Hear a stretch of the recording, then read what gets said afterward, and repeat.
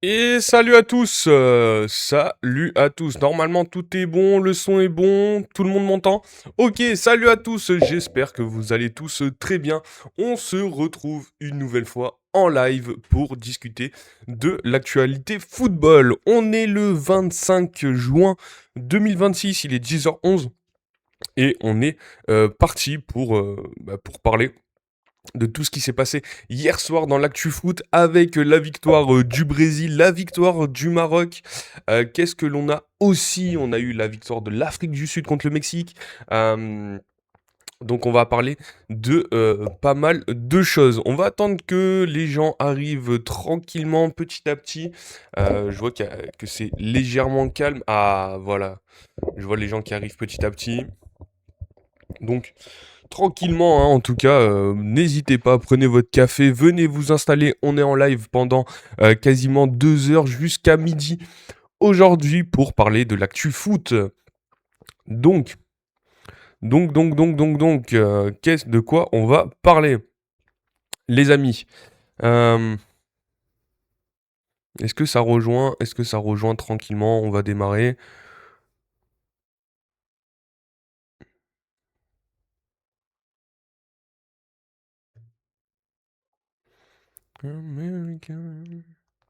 Ok, bon, on va quand même démarrer, hein, on va être obligé. En tout cas, si les gens pour les gens qui regardent la rediffusion. Salut, certains disaient que l'Ouzbékistan ira loin. Euh, Jamais dit ça en tout cas perso, mais en tout cas j'avais annoncé moi hier, hein, en live, hein, c'était en direct. Bon, je me suis trompé sur un autre match, mais l'Afrique du Sud, non, la Suisse qui bat 2-1. Je vous avais donné le score exact contre le Canada hier soir. J'avais aussi, par contre, j'avais pas annoncé, hein, la victoire de l'Afrique du Sud, hein, cette équipe de rugbyman là, qui s'est imposée contre la Corée. Donc, on va en parler ce matin. En tout cas, j'espère que tu vas bien, mon cher ami Forza. On va démarrer tranquillement. Donc, on va parler du match du Brésil qui s'est imposé 3 buts à 0 contre l'Écosse. Le retour de Neymar, le doublé de Vinicius. Vinicius qui se met à stater au bon moment avec la Seleção, donc c'est parfait. On parlera aussi, on connaît notre première affiche des 16e de finale, hein. Là aussi, ça va être intéressant d'en discuter. Donc on parlera du retour de Neymar, sa déclat après le match, le décryptage quand même de comment Carlo Ancelotti construit le Brésil pour que Vinicius s'éclate. La déclat de Neymar, on disait la déclat d'Ancelotti après le match. On parlera évidemment de la victoire du Maroc, 4 buts à 2, hein, le Maroc qui nous a fait peur quand même, hein, qui a été mené, hein, par cette équipe d'Haïti, cette équipe d'Haïti qui était plutôt intéressante en vrai, mais bon, le Maroc ça reste au-dessus, donc victoire 4-2 des Marocains qui sont qualifiés pour la suite de la compétition. Donc, hein, le Maroc doit viser le titre selon son sélectionneur. Et, ils ont bien raison d'avoir des ambitions, hein. C'est une très belle équipe, cette équipe marocaine. On va parler d'un joueur en particulier, Jessim Yassine, un but en Coupe du Monde synonyme de revanche, hein. Le Strasbourgeois, hein, qui nous avait fait d'effets lors de la fin de saison de Ligue 1, hein. Très jeune joueur, Jessim Yassine, mais un talent pur, j'ai l'impression, hein. France-Suède ou France-Côte d'Ivoire, tu prends qui? Ah, vraie question. Je pense que je prends un France-Côte d'Ivoire pour le coup. Bah, juste déjà, histoire de montrer qu'on est capable de les battre après la défaite lors des matchs de préparation. Mais voilà, France-Côte d'Ivoire, ouais, France-Côte d'Ivoire, je prends. Je prends peut-être juste pour ça. Euh, et après, ça, je pense que c'est parmi les trois équipes que tu as citées, avec le Japon, la Suède. La Suède, au final, je suis pas sûr. Je suis pas sûr que ça soit une bonne équipe, donc c'est peut-être la meilleure équipe des trois. Donc ça ferait déjà une élimination d'une bonne équipe euh, sur le coup. Voilà. Je sais pas si c'est plutôt clair, mais franchement, entre les trois, je prendrais la Côte d'Ivoire. Dis-moi que tu prends qui, toi? Tu sens un France-Japon. Tu sens où tu veux un France-Japon? Parce que après, je pense que l'équipe de France face au Japon, même si voilà, le Japon, ça peut être pas mal, je pense que ça passe. Contre la Suède aussi, hein, ça reste légèrement faible quand même, la Suède en défense. Et en attaque, au final, ils ont du mal à se trouver. On pensait qu'il y avait peut-être une connexion. Alors que la Côte d'Ivoire, hein, vu comment Ils ont fait trembler cette équipe d'Allemagne. Pour le coup, si tu les bats, là pareil, hein, c'est comme les matchs de la Norvège, les matchs du Sénégal, des équipes comme ça, si tu les bats, t'envoies un signe direct. Après, bon, tu vas aller t'épuiser légèrement contre des équipes comme ça qui sont très très physiques. Euh, mais ouais, je sens en huitième. Eh ben écoute, on essayera peut-être de trouver le tableau. J'avoue que j'aime pas trop faire ça, des prévisions, alors qu'on n'a pas encore tous les classements, tout ça. Mais on ira peut-être checker. Donc voilà, pour continuer dans notre sommaire, on va parler aussi de la victoire de l'Afrique du Sud contre la Corée du Sud. Alors là, je l'ai pas vu venir, hein. L'Afrique du Sud, c'est pas une équipe qui me fait rêver du tout.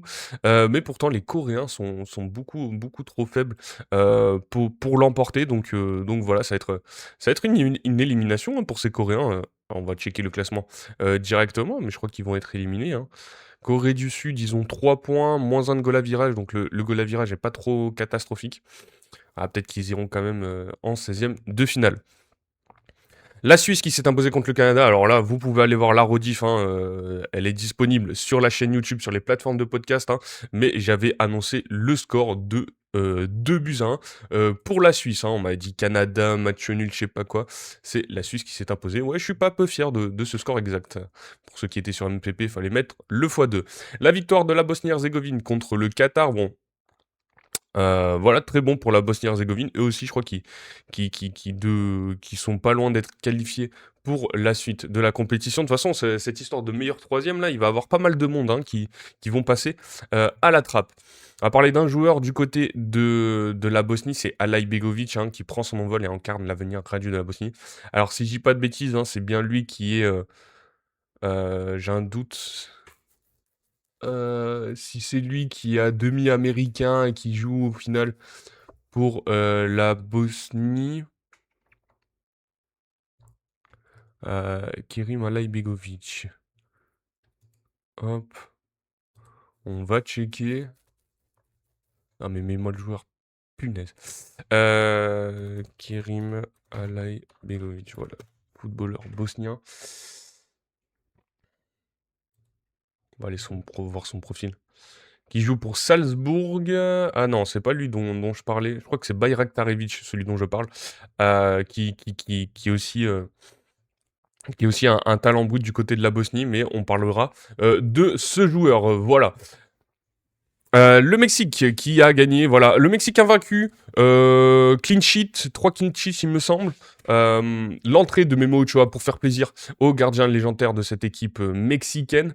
Donc voilà, tout se passe bien pour le Brésil hein, dans leur Coupe du Monde aussi, faut pas le négliger tout de même. Voilà, le Mexique qui s'impose 3 buts à 0 contre la République tchèque. Au final, la République tchèque, c'était un coup d'épée dans l'eau, hein, on va dire. Là aussi, ça aurait pu être intéressant, mais bon. Voilà, dernier, 1 point. Bon, ça va être compliqué pour les Tchèques de passer pour la suite de la compétition. Le Mexique, très intéressant, c'est ce qu'on disait. Hein. 6 buts, 0 encaissés, franchement. Peut-être qu'il va falloir se méfier de cette équipe du Brésil, du Mexique, qu'on a. Donc, en tout cas, moi, j'avais légèrement sous-estimé. Hein, je ne les trouvais pas si impressionnants. Mais au final, très très bonne équipe. On parlera des matchs de ce soir, évidemment, les amis. Donc, on nous parlait dans le chat de la Côte d'Ivoire.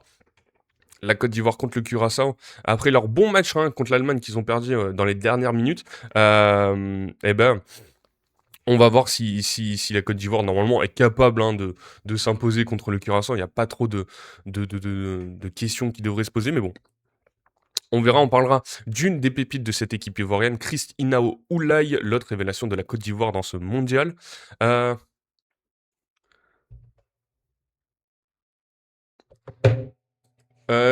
Salut à... alors, viens dans ma cave, salut à toi, bienvenue sur le live, désolé, j'ai pas checké le live Twitch, merci pour le follow si je dis pas de bêtises, merci beaucoup. Je viens de recevoir le mail. Désolé, l'alerte n'a pas marché, j'ai pas trop compris pourquoi.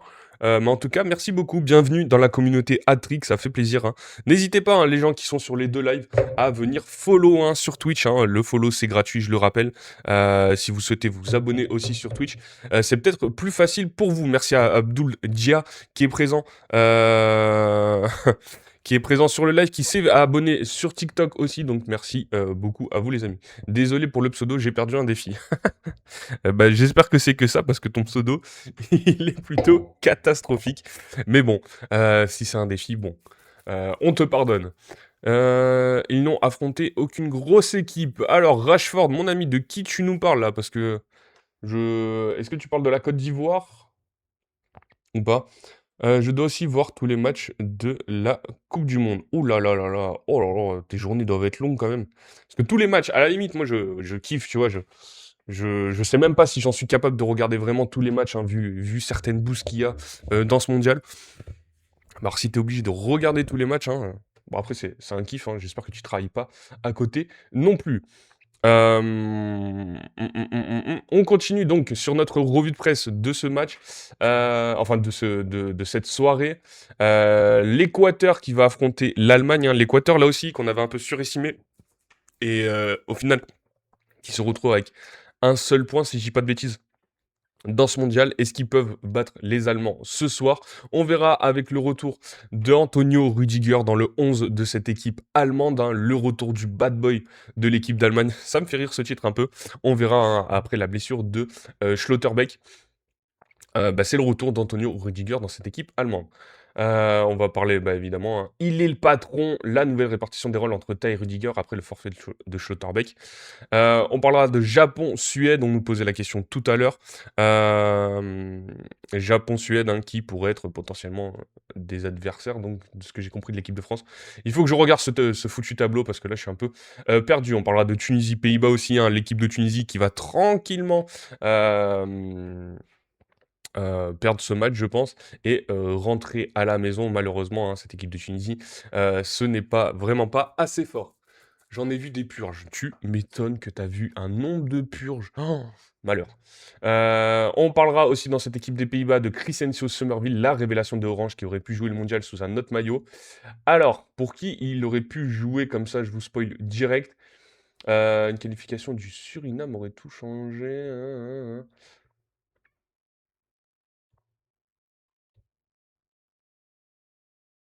Bon, on lira l'article juste après. En tout cas, ça va être intéressant de parler de ce joueur, hein. Ce joueur, il a toujours été intéressant du côté de la première ligue, hein. Il me semble qu'il jouait du côté de West Ham. Alors, il n'a pas été très en vue du coup avec West Ham, mais c'est vrai que c'est un super joueur. Je pense qu'il va avoir des offres après ce mondial s'il continue sur des bonnes prestations comme ça. Pour finir le live, on parlera aussi de Paraguay-Australie. Je vous avoue, on fera quelques mots, hein. Si viens dans ma cave, son pseudo là, souhaite en parler, vu qu'il a regardé tous les matchs, il pourra nous en parler. J'avoue que j'ai pas forcément regardé, j'ai rapidement vu l'Australie, mais pas plus. Ghana-Panama, Croatie-Panama, déjà t'as claqué deux fois le Panama, c'est chaud. Iran-Belgique, waouh. Iran-Belgique, non, c'est quoi que j'ai vu? Si, je crois que Iran-Belgique, je l'ai vu. Et non, c'était Belgique-Égypte aussi que j'ai vu en entier. Euh, Donc dans cette équipe du Paraguay, il y a quand même un joueur qui nous parle, nous, du côté du championnat de France, en Ligue 1, Julio Enciso, le métronome de Strasbourg, hein, qui joue dans cette équipe du Paraguay, et qui redonne des couleurs à cette équipe. Voilà, et ensuite on parlera de Turquie-États-Unis, hein, un match carrément géopolitique entre les deux équipes, hein. On se souvient les tensions qu'il y avait eu avec la Turquie, ça s'est un peu calmé du côté des États-Unis. Et voilà, la Turquie, hein, qui a raté totalement son mondial, ils ont quand même encore une chance, hein, maintenant avec ses 8 meilleurs troisièmes. Il y a toujours une chance de se qualifier, mais ça va être compliqué, surtout contre une équipe des États-Unis qui est à domicile et qui joue plutôt bien, on va pas se mentir. Je m'attendais vraiment à pire pour cette équipe des États-Unis. Mais voilà, on verra les cotes, tout ça. Euh, on parlera aussi d'un joueur, Alex Freeman. Alors là, c'est pour ceux qui suivent la NFL, les amis. J'avoue que je suis perdu niveau NFL, mais voilà, il y a bien le fils d'un joueur de NFL, Alex Freeman, qui n'est plus le fils du vainqueur du Super Bowl avec les Packers. Il est une star de Team USA. Donc voilà, hein, mes amis sûrs de la NFL, n'hésitez pas à venir discuter, de me parler du daron, le père. C'est Antonio Freeman, pour ceux qui connaissent. Ils n'ont affronté aucune grosse équipe. Mais de qui tu nous parles, mon ami? Ah mais c'est même pas le même gars, pardon. Ils n'ont affronté aucune Algérie-Autriche, que pensez-vous? Merci de votre réponse. Oh, Algérie-Autriche, je pense que l'Algérie a ses chances quand même, hein. L'Autriche, pareil. Ça peut être intéressant, mais je vois bien l'Algérie quand même l'emporter lors de ce match. Euh, Et après, on parlera évidemment de l'équipe de France. Alors, l'équipe de France, on fera un gros bloc demain en preview des Bleus. Mais déjà, il y a 5 changements attendus dans le 11 de la France pour le match contre la Norvège. On rappelle, ça sera Guy Stéphane qui sera aux commandes pour ce match après le retour en France de Didier Deschamps concernant le décès de sa maman. Euh, donc voilà, on parlera de ce match de la Norvège demain matin. Euh, et avant le dernier match de phase de groupe de la Coupe du Monde, les Bleus doivent finir premier ou deuxième. Là, c'est clairement des calculs d'apothicaire. Je sais pas si je l'ai bien prononcé, des calculs d'apothicaire. Pour les Bleus, est-ce que c'est mieux de perdre contre cette Norvège et affronter, avoir une partie de tableau beaucoup plus calme? Je sais pas, je sais pas. J'avoue que c'est une question qu'on va se poser tous ensemble, hein, si vous souhaitez y répondre déjà, on en parlera. Et après, on va parler des binationaux, crédibilité renforcée, perspective alléchante et choix du cœur. Pourquoi de plus en plus de binationaux choisissent de jouer pour le pays d'origine de leurs parents? On le voit, hein, toujours chaque année, pas mal de binationaux. Je crois que euh, la France est peut-être la première équipe à avoir le plus de binationaux qui jouent pas pour les Bleus, un truc comme ça. Donc, on en parlera. Match au côté, Iran, Nouvelle-Zélande et Uruguay, Cap-Vert. Alors, Iran, Nouvelle-Zélande, ça avait fini à 2 partout, si je dis pas de bêtises, c'est ça? Ça a été plutôt pas mal, je crois qu'il y avait eu pas mal de buts. Il y avait une belle histoire pour l'équipe de la Nouvelle-Zélande, pour un joueur de la Nouvelle-Zélande. Ah, par contre, Uruguay, Cap-Vert, j'avoue que j'ai pas trop vu, j'ai vu rapidement en résumé. À votre avis, c'est quoi le meilleur but de cette Coupe du Monde? Ah! Ah, pas mal. Pas mal comme question. Le meilleur but de la Coupe du Monde, je pense qu'il y a le but du Bosnien où ils se font éclater là contre la Suisse. Non, contre le Canada. Non. Oui, contre le Canada, je crois qu'il y a un but d'un Bosnien qui est plutôt pas mal. Après, il y a les buts de Kiki de Mondi qui sont plutôt beaux. Une vraie question que tu nous poses. Le but de la Croatie, le deuxième contre l'Angleterre, c'est plutôt belle action collective.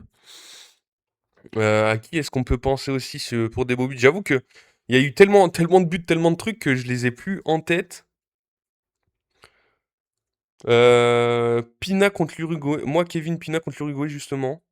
Pas mal. Il y a eu le but de Wilson Isidore hier soir qui était plutôt pas mal. Après, élire le meilleur but, c'est vrai que. En plus, je regarde même pas pendant les mi-temps, hein, vous savez, sur Bein. Ils nous mettent souvent top 10 des meilleurs buts, tout ça. J'avoue que je les regarde pas du tout. Donc, c'est vrai, c'est une vraie question que tu nous poses. Mais Pina contre l'Uruguay. Alors, je vais aller checker quand même, parce que voir des beaux buts. Euh, Pina, Goal versus Uruguay. Ouais, je fais mon anglais. Hop.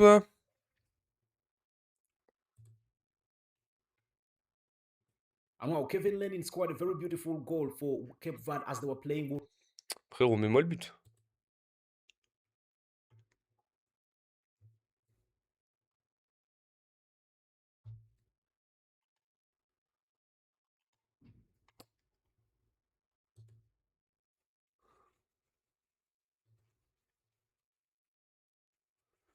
Putain, ils vont pas mettre le but. Pas possible ça.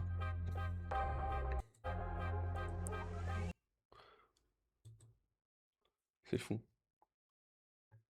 Lopez Cabral Ah. aussi, avec le pied gauche, ou alors un défenseur. Pourquoi pas? Ah, pas mal, pas mal, pas mal. La frappe Oh, stylé, ballon de foot. Kevin Lenny, on parlait de ce milieu défensif de Krasnodar, il est parti de très très loin. Il y a le but de Nuno Mendes aussi, très beau coup franc avant-hier, pardon. Ah, c'est une vraie question que tu nous poses, bien vu. C'est une vraie question que tu m'as posée. N'hésitez pas à répondre dans le chat, hein, pour ceux qui ont des idées. Voilà, j'en ai cité un ou deux là qui me viennent en tête. Le but de Mbappé, je crois qu'il est pas contré, hein, donc c'est plutôt pas mal, hein, le troisième but contre le Sénégal. J'essaye de réfléchir là. Qui a mis des beaux buts dans cette Coupe du Monde? Bon, en tout cas, on va essayer de chercher, tous ensemble, les amis. Peut-être que ça nous reviendra petit à petit. En tout cas, on va démarrer tranquillement ce live. Juste le dernier article, hein, c'était concernant le mercato. Elliot Anderson, le milieu de terrain de l'Angleterre, hein, qui a fait plutôt des bons matchs, hein, très actif sur un terrain. On en parlait déjà précédemment en fin de saison, qui pourrait partir du côté de Manchester City pour 150 millions d'euros. Voilà, hein, donc on en parlera juste après. En tout cas,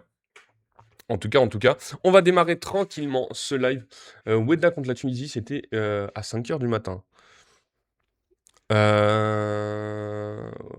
le but... J'avoue, j'ai pas ce but par contre pour le coup. Il me semble qu'il y a un but de la Suède aussi contre la Tunisie par contre pour le coup, qui est plutôt pas mal. Mais voilà. Bref. On va démarrer tranquillement avec, juste avant de parler des matchs, un premier article, une première affiche pour les 16e de finale de la Coupe du Monde 2026. Le Canada, pays hôte, opposé à l'Afrique du Sud. Le tableau de la phase à élimination directe de la Coupe du Monde commence à prendre forme. La nuit de mercredi à jeudi a rendu son verdict avec la première affiche des 16e de finale qui verra s'opposer le Canada et l'Afrique du Sud. Merci à Papi Chulo pour le follow. Bienvenue dans la communauté Hat-Trick, ça fait extrêmement plaisir, hein. Bienvenue.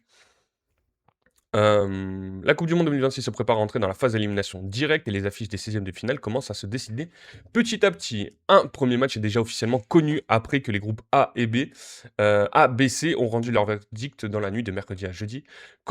Organisateur de la compétition, le Canada qui s'est incliné face à la Suisse sera opposé à l'Afrique du Sud victorieuse de la Corée du Sud. Les deux nations seront donc opposées en 16e de finale de cette Coupe du Monde 2026 et vont toutes les deux vivre leur première phase à élimination directe dans l'histoire de la compétition.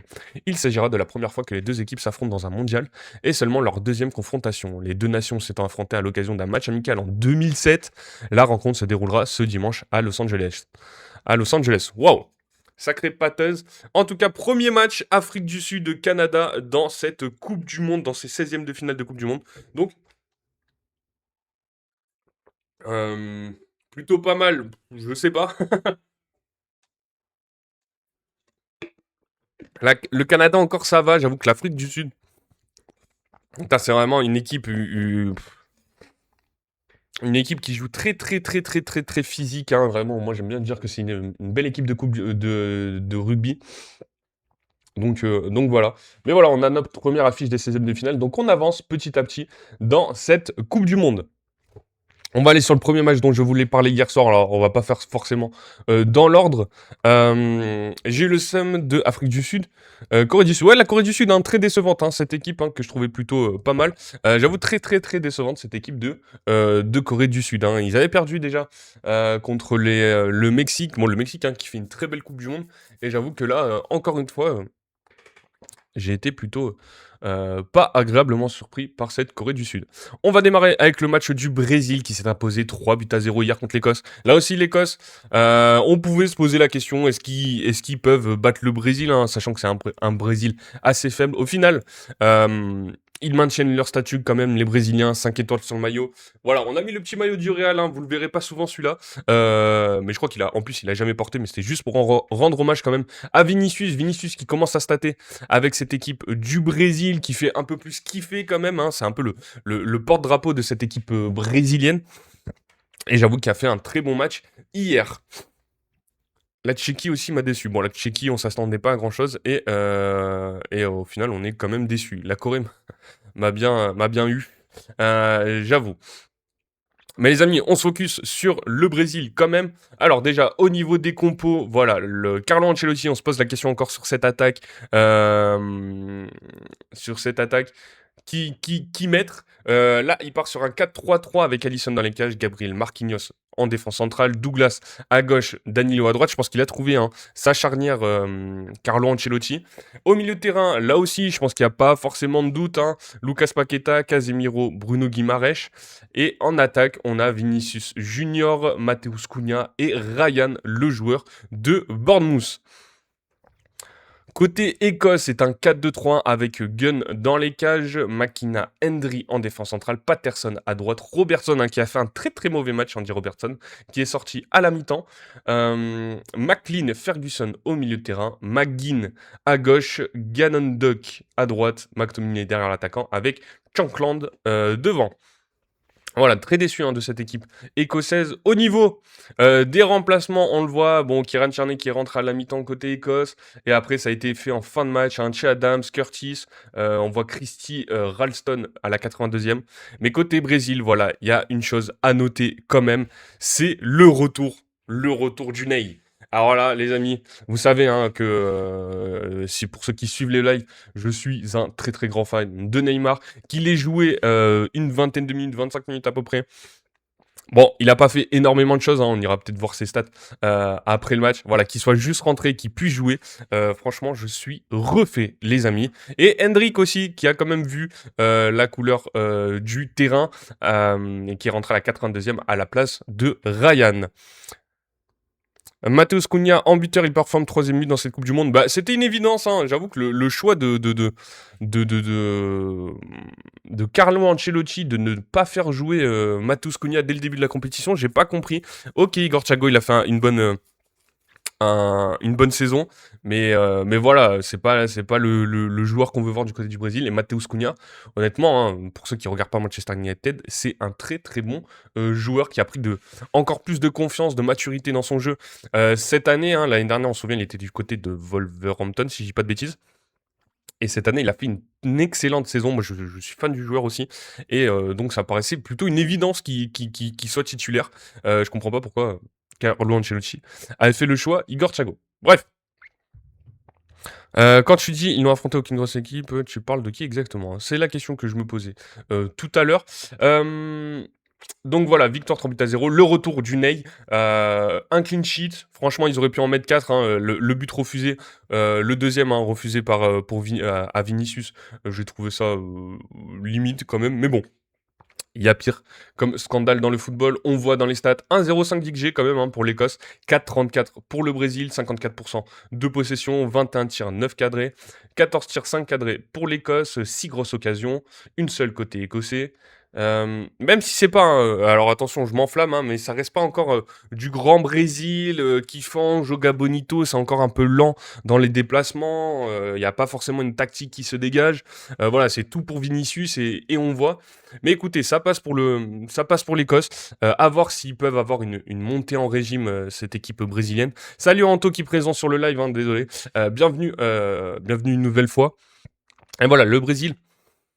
Ça, déjà, ça commence à ressembler à quelque chose pour le coup. Je m'attendais à pire contre cette équipe de l'Écosse. Au final, il va remettre un bon gros 3-0 des familles, donc c'est plutôt pas mal. Mais à voir s'il y a une montée en puissance au fil de la compétition pour les Brésiliens. Et après, on a 5 arrêts pour les deux gardiens. Gunn, hein, qui a quand même fait un bon match dans les cages écossaises. Et Alisson aussi, hein, donc 5 arrêts. On le voit, voilà, le déroulé du match, 2-0 à la mi-temps, Vinicius sur une récupération de Ryan, sur une mauvaise relance. Hein. Les Écossais, hein, ils se sont tirés 2 balles dans le pied lors de ce match. Ryan qui va récupérer un ballon, qui la donne à Vinicius, Vinicius qui finit. Après le but refusé pour la faute, honnêtement, perso, moi je l'aurais pas sifflé. Mais après, deuxième but de Vinicius sur un très très bon centre de Bruno Guimaraes qui vient même marquer de la tête. Hein. On disait, hein, Vini qui a du mal à stater dans cette équipe du Brésil. Alors j'ai plus les stats, mais je crois que c'est un peu dans le style Dembélé. Il a une 60aine de sélections et genre 6 buts ou un truc comme ça. Donc voilà, c'est bien qu'ils se mettent à marquer en Coupe du Monde, qu'ils se réveillent. Hein. Même si voilà... ça peut être le joueur peut-être le plus détestable sur un terrain, il fait que blablater. Mais bon, on peut pas nier que ça reste quand même un bon joueur. On retournera pas sur le débat du Ballon d'Or. Et voilà, c'est toujours bien de voir les stars performer. Donc 2-0 à la mi-temps, Tierney qui rentre à la place d'Andy Robertson qui n'a pas changé radicalement le match. Et 60e minute, heure de jeu, Matheus Cunha sur une nouvelle passe décisive de Bruno Guimaraes qui vient mettre le 3e but. C'est ce que nous disait notre ami sur Twitch. Hein. Matheus Cunha en buteur, il performe 3 buts dans cette Coupe du Monde. C'est plutôt pas mal. Voilà, et la 76e minute, le buteur qui sort pour l'entrée de la légende, on peut le dire, j'ai pas peur des mots, l'entrée de la légende Neymar sur le terrain. On va aller sur cet article d'abord, après on ira sur un décryptage un peu plus poussé de ce match du Brésil, surtout du match de Vini. Mais voilà, 20 minutes de jeu, 24 ballons touchés. Neymar n'a pas marqué, j'ai raté mon prono, c'est vrai, mais il y a que tout de même une victoire du Brésil. Donc 20 minutes de jeu, 24 ballons touchés, Neymar, un retour événement après plus de 2 ans d'absence avec le Brésil. Le meilleur buteur de l'histoire de la Seleção, Neymar, a rejoué avec le Brésil contre l'Écosse près de 3 ans après sa dernière apparition. Son entrée à 20 minutes de la fin a provoqué une ovation du stade de Miami et a fini en larmes. Je vous avoue, hein, même moi, hein, pour le coup, je regarde les matchs en rediffusion ou je regarde les résumés. Là, je suis quand même resté réveillé jusqu'à 2 heures du match juste pour voir 20 minutes de Neymar totalement cramé. Mais j'ai kiffé. Alors, c'est un article d'Hugo Guillaumet pour l'équipe. Chacun dans le stade ou devant sa télé savait que cela finirait par arriver et tout le monde n'attendait plus que lui. Même les supporters écossais, alors que le Brésil menait 3-0 après l'heure de jeu, dans un match qui n'avait plus grand intérêt, des Neymar, Neymar, Neymar, de plus en plus bruyants, sont alors descendus des tribunes de Miami. Carlo Ancelotti a regardé plusieurs fois ses adjoints sur son banc, puis il a fini par ordonner qu'on rappelle le numéro 10 qui s'est chauffé sous les flashs des smartphones au point de corner. Quand il a enfin foulé la pelouse en remplacement de Matheus Cunha, on jouait la 76e minute et Neymar s'est signé avant de regarder vers le ciel au centre d'une arène qui grondait de bonheur et d'excitation. Il pensait probablement à cette interminable attente, 2 ans et 9 mois sans porter le maillot d'une Seleção dont il est le meilleur buteur de l'histoire devant Pelé, 79 buts en 129 sélections, à cette descente aux enfers après sa rupture d'un ligament croisé contre l'Uruguay le 14 octobre 2023, aussi, puis à l'espoir sans cesse déçu d'un retour jusqu'à son intégration à la dernière minute dans la liste des 26 d'Ancelotti en mai. Alors, petite vidéo, l'émotion de Neymar après son retour avec le Brésil au Mondial 2026. Le sentiment de revenir est merveilleux, je suis très heureux, très satisfait, très ému. Au coup de sifflet final, je me suis retourné vers ma famille parce que tout le monde sait à quel point cela a été difficile. Ils ont vécu tout cela de très près. Mon objectif était d'être ici avec la sélection, de disputer une nouvelle Coupe du Monde et j'ai réussi à y parvenir. Alors je suis très satisfait, très heureux, je remercie tous ceux qui m'ont soutenu, tous ceux qui dans le stade ont scandé mon nom aujourd'hui. C'est un sentiment complètement différent, mais c'est très beau de vivre tout cela. Un véritable film a défilé dans ma tête au nom de mon... mais je remercie simplement Dieu de me permettre de vivre tout cela à nouveau, d'avoir l'opportunité de jouer une Coupe du Monde, 4e Coupe du Monde pour Neymar. Maintenant, il faut continuer à progresser, poursuivre le travail et aider mes coéquipiers en sélection de la meilleure manière possible. Physiquement, je vais bien. J'ai beaucoup travaillé ces derniers jours, même si je suis resté sans jouer, écarté des reins pendant 30 jours, si je ne me trompe pas. J'ai consacré 25 de ces jours à travailler ma condition physique. Donc je me sens bien, je suis à 100%. Évidemment, j'aimerais jouer davantage de minutes, mais c'est au sélectionneur d'en décider. Moi, je suis ici pour faire partie du groupe. Peu importe le temps de jeu que j'aurai, je donnerai toujours le maximum pour aider l'équipe. J'ai toujours pensé que je reviendrai, j'ai toujours pensé que je serais ici. Et finalement, j'y suis arrivé. Voilà pour les déclats du Ney après le match. On se souvient, il était freiné par un pépin au mollet. L'attaquant de 34 ans a récupéré et a donc commencé sa Coupe du Monde par un cafouillage et une perte de balle. Ah, hein, c'est important. Mais c'était juste avant d'allumer la lumière avec cette passe cachée superbe pour envoyer Vinicius seul face au but, vendangé par l'ailier du Real Madrid. Neymar arrive dans un moment très important pour nous. Il est l'un des meilleurs joueurs du monde, a répété l'autre star de l'équipe face aux médias. Le coach a fait le bon choix. Il fait toujours les meilleurs choix pour les équipes qu'il entraîne. Il s'adapte très bien aux joueurs et il a compris la façon dont nous devions jouer. Très efficace pour tirer les corners. Concernant l'utilisation du Ney, Ancelotti semble vouloir l'utiliser dans une position axiale qu'il occupe désormais à Santos et qui l'épargne de trop d'efforts défensifs. Contre l'Écosse, il a joué en position d'avancante en décrochant dès que possible en allant toucher le ballon sur la gauche. Près de Vinicius, il a très bien tiré les corners, dont l'un aurait pu permettre à Gabriel de marquer. Et il s'est essayé d'une frappe puissante depuis l'extérieur de la surface qui a fini dans les gants d'Angus Gunn. Son total de 24 ballons touchés en 20 minutes montre sa disponibilité. Il en a perdu 9 car il a tenté des choses. Il faut retenir qu'il a été 4 fois à la dernière passe avant un tir où on l'attend. Le bâtard, il a touché 24 ballons, il en a perdu 9 en 20 minutes. Ça c'est mon œil, ça c'est mon œil. Mais quand même, 4 fois à la dernière passe avant un tir, plutôt pas mal. Au coup de sifflet final, on l'a d'abord vu relever quelques-uns des Écossais qui s'étaient assis par terre, puis il a fondu en larmes, se cachant le visage avec ses mains, avant d'aller se consoler auprès de sa femme et de ses enfants venus le retrouver sur la pelouse. Je suis vraiment très content, on a fait un bon match, a-t-il glissé timidement au journaliste, qui l'assaillait plus tard en zone mixte, casquette à l'envers sur la tête. Je dois remercier tous les Brésiliens pour leur gentillesse, leur soutien, c'était un moment incroyable. Son prochain rendez-vous avec eux aura lieu au Texas, à Houston, lundi prochain pour les 16e de finale où les choses sérieuses vont vraiment commencer. Voilà. Hein. Moi j'attends combien de buts les Pays-Bas vont mettre à la Tunisie. Ah, t'es juste venu en découdre en fait, hein, tu veux juste voir du but. Après, j'imagine, hein, si vraiment tu regardes tous les matchs, j'imagine qu'à chaque match, t'attends vraiment le maximum de buts possible, hein, même si le match pue la merde. Tu veux juste voir du but. France-Norvège, vous en pensez quoi? Victoire de la France. La France va envoyer un message au monde et c'est en battant la Norvège et en éclatant Erling Haaland. Moi j'ai dit Upamecano qui suit tout le match, ce bon vieux Erling. Euh, et victoire des Bleus.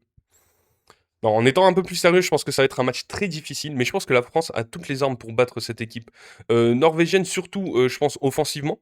Bon, après, c'est pas un secret que, voilà, hein, meilleure équipe du monde, enfin, meilleure attaque du monde, je pense que la France, pas loin quand même.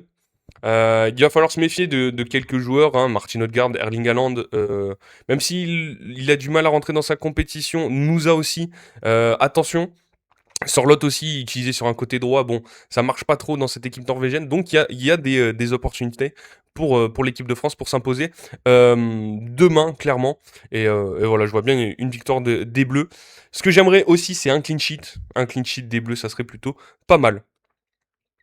On finit sur Neymar quand même. Carlo Ancelotti sur le retour de Neymar avec le Brésil contre l'Écosse au Mondial. Les gars, j'ai la vision. Curaçao va battre la Côte d'Ivoire. T'as une sacrée vision, mon pote. Parce que là, c'est Curaçao, hein. Vraiment, je le note, ton truc. J'ai envie de l'épingler même. Mais si vraiment le Curaçao bat la Côte d'Ivoire, je mange mon chapeau, hein. Neymar a saisi cette opportunité. Il mérite de jouer contre l'Écosse. Il a énormément travaillé pour revenir. Il s'est entraîné avec beaucoup de sérieux et un grand professionnalisme. Je pense que dans cette Coupe du Monde, il pourra beaucoup aider cette équipe grâce à ses qualités. Et je pense qu'il a réalisé une bonne entrée. Neymar n'a pas besoin de motivation pour jouer. Je pense d'ailleurs qu'aucun joueur ici n'a besoin d'être motivé pour porter le maillot du Brésil. C'est pareil pour Neymar. À 34 ans, il possède toujours la passion et l'enthousiasme d'un enfant qui joue au football. C'est ce qui le caractérise. Voilà, hein, les mots de Carlo Ancelotti après le match concernant le Ney. On va parler quand même d'un joueur qui a fait tout le match, qui a fait un très très grand match aussi. C'est Vinicius Junior. Décryptage, comment Carlo Ancelotti construit le Brésil pour que Vinicius s'éclate. Alors Vini, on a vu, il n'a pas forcément besoin de se déplacer beaucoup. Voilà, tout est basé autour de lui. C'est plutôt pas mal. C'est plutôt... bah, il a bien vu quand même, hein, Carlo Ancelotti. Bon, après, il faut pas être le tacticien ultime quand même pour baser son équipe du Brésil sur Vinicius Junior. Ça reste quand même un crack, hein, le bon vieux Vini. Mais en tout cas, on va voir qu'est-ce qui est fait exactement pour mettre Vinicius dans les meilleures dispositions. Après quelques tâtonnements, le coach italien semble trouver progressivement la formule qui permet à son meilleur joueur de s'épanouir. Voici les points clés de l'organisation du Brésil autour de Vinicius, auteur d'un doublé face à l'Écosse. Un article de Dan Perez pour l'équipe. Hein. Dan Perez, on le rappelle, hein, l'homme tactique de l'équipe. Hein. Très bons articles, hein, si vous avez l'occasion d'aller les lire. N'hésitez pas, c'est toujours du très bon. Le risque très faible d'élimination en phase de groupe dans le nouveau format à 48 équipes permet aux grosses cylindrées d'entrer tranquillement dans leur compétition. Elles peuvent opérer des ajustements au fil des matchs, faire revenir progressivement leurs blessés et monter en intensité avant la phase finale. Certes, après des victoires contre les modestes Haïti 6-0 et Écosse 3-0, le Brésil ne peut avoir de certitude sur son niveau. En revanche, il commence à prendre des repères sur son organisation avec et sans ballon, et celle-ci est un cocon optimisé pour Vinicius. Le Madrilène a inscrit face aux Écossais ses 3e et 4e buts de la compétition. Ils se sont bien et son entraîneur fait tout pour. Carlo Ancelotti garde sa ligne de conduite, partir de ses meilleurs joueurs, en l'occurrence un seul se détache vraiment ici pour construire son animation.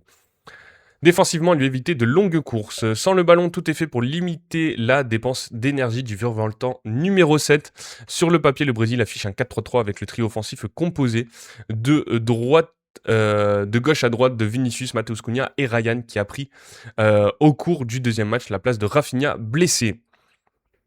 En bloc haut, la Seleção défend en losange grâce au décrochage de Cunha, en charge de défendre sur le milieu défensif adverse pendant que les deux ailiers vont chercher les défenseurs centraux. Donc on voit une ligne de 2 avec Ryan Vinicius aux pointes de cette surface. Et après Vitinha, Matheus Cunha plus en retrait dans le cœur du jeu pour gêner les milieux de terrain avec Bruno Guimaraes et Lucas Paqueta très haut. N'hésitez pas à venir sur Twitch pour ceux qui souhaitent voir. C'est peut-être plus facile pour comprendre de quoi je parle. Pardon. Moi, je suis franco-uruguayen, donc je refuse que l'Uruguay se fasse tabasser par l'Espagne. Ok, franco-uruguayen. Pas l'habitude d'en voir, ou j'en connais très peu en tout cas. Voire pas du tout.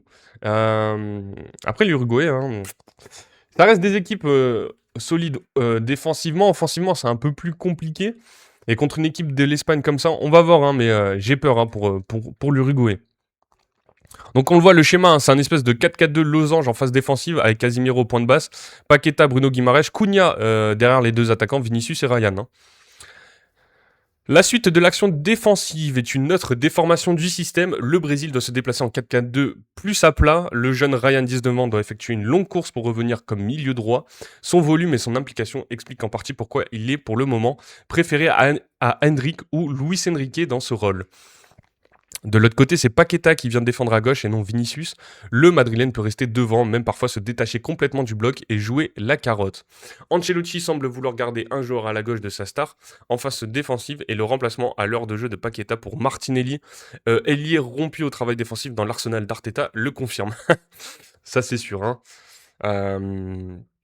On voit après le 4-4-2 losange, le 4-4-2 à plat avec Ryan qui vient prendre le côté droit et Cunha qui remonte aux côtés de Vinicius avec Paqueta sur ce côté gauche. Et Vinicius qui fait le premier pressing léger et après qui reste vraiment très haut sur le terrain.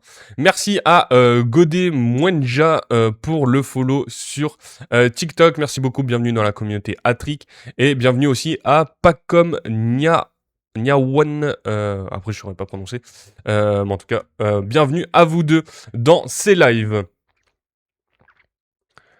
Déjà qu'on fait n'importe quoi contre l'Arabie Saoudite et le Cap-Vert. Ouais, l'Uruguay, équipe en reconstruction, on va dire, pour l'Uruguay. Même si il y a des très bons joueurs, je pense que ça va être une équipe en reconstruction pour cette Coupe du Monde. Lui offrir de l'espace, de la liberté et des ballons dans sa zone favorite. Joueur le plus avancé du bloc brésilien. Sans ballon, Vinicius devient donc la menace principale à la récupération. Ça tombe bien, l'ancien de Flamengo se régale dans les grands espaces.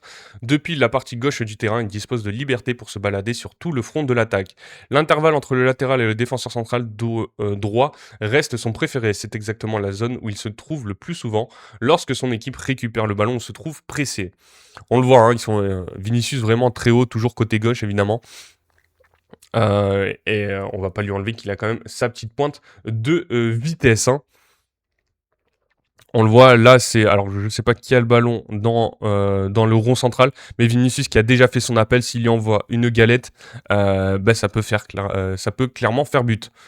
Vinicius Junior peut aussi occuper une position excentrée en fonction de son interprétation de l'action et de ses besoins. On l'a vu même plonger en profondeur sur la droite du terrain. Les profils et l'organisation autour de lui permettent de compenser ses déplacements et garder un volume de course conséquent. Matheus Cunha décroche naturellement et peut créer de l'espace pour son ailier, comme attaquer la surface. Le relayeur droit Bruno Guimaraes multiplie les courses vers l'avant. Ces deux joueurs concluent d'ailleurs l'action du troisième but dans l'axe pendant que Vinicius est collé à la ligne. On voit Vinicius Junior collé là, en retrait. Matheus Cunha qui lui aussi peut prendre la profondeur, donc il y a quand même une entente entre les joueurs brésiliens. Et voilà, Bruno Guimaraes, le plus offensif. Alors le plus offensif des trois, ça serait mentir, parce que ça reste quand même Lucas Paqueta. Mais voilà, qui est capable de se projeter, clairement, qui a un gros volume de jeu, on le voit du côté de Newcastle. En plus, lui aussi qui est revenu de blessure et de sa saison un peu compliquée du côté de Newcastle, et qui est prêt pour ce mondial avec Matheus Cunha. Voilà, qui peut jouer en retrait, qui peut jouer un peu tous les postes de l'attaque en plus. Donc vraiment, je le dis, je le répète, ce joueur est très très intéressant. J'ai une question, c'est quoi le groupe le plus intéressant de cette Coupe du Monde? Bonne question. Alors, au début de la compétition, c'était clairement France, Sénégal, Norvège. Irak, pardon. Là, pour le coup, Si on doit choisir un vrai groupe, elles sont intéressantes tes questions, hein, t'es pas mal toi. Le groupe le plus intéressant là peut-être actuellement après tout ce qu'on a vu, c'est peut-être le groupe de l'Allemagne. Parce qu'au final, la Côte d'Ivoire ça joue, l'Équateur ça joue pas trop, l'Allemagne ça joue plutôt pas mal, donc peut-être l'Allemagne je dirais. Je suis en train de réfléchir, mais ouais, peut-être l'Allemagne, ouais. Après au niveau du jeu et du football, bah... Ouais, peut-être l'Allemagne au final. Bonne question, bonne question. N'hésitez pas à répondre aux frérots sur Twitch, même si vous êtes sur TikTok, hein, j'essaie de relayer les infos, donc n'hésitez pas à répondre. Le Maroc est nul, la Hollande va les taper 4-0, prenez un screen. Eh ben écoute, ça sera enregistré. De toute façon, il y aura la rediff du live, les amis, sur YouTube et sur les plateformes de podcast, Apple Podcast, Spotify, Deezer, Amazon Music. Donc, l'article est lu en direct, donc on le ressortira, mon ami Yes Papa. Pour finir sur la tactique brésilienne, la règle reste la fluidité et la connexion entre les joueurs. Celle-ci prend forme peu à peu au sein d'une organisation cohérente. L'intégration de Neymar obligerait Ancelotti à la bouleverser. Le coach italien est le maître de l'adaptation et de la mise en valeur de ses talents. Il toucherait la bonne formule ou la moins mauvaise face à l'Écosse. L'ancien Parisien a pris la place de Cunha. Il n'est pas en mesure d'assurer ses courses en face offensive ou ses replis défensifs, ce qu'il a montré ne plaide pas encore pour une titularisation. Sur ce début de compétition, le Brésil appartient à Vinicius et les deux entités semblent y gagner. La route est longue. Lundi, coup d'envoi 19h face au deuxième du groupe F. Les choses sérieuses commencent. Alors, le deuxième du groupe F, j'aimerais bien savoir qui c'est. Classement, groupe F, deuxième du groupe F. Ça va être...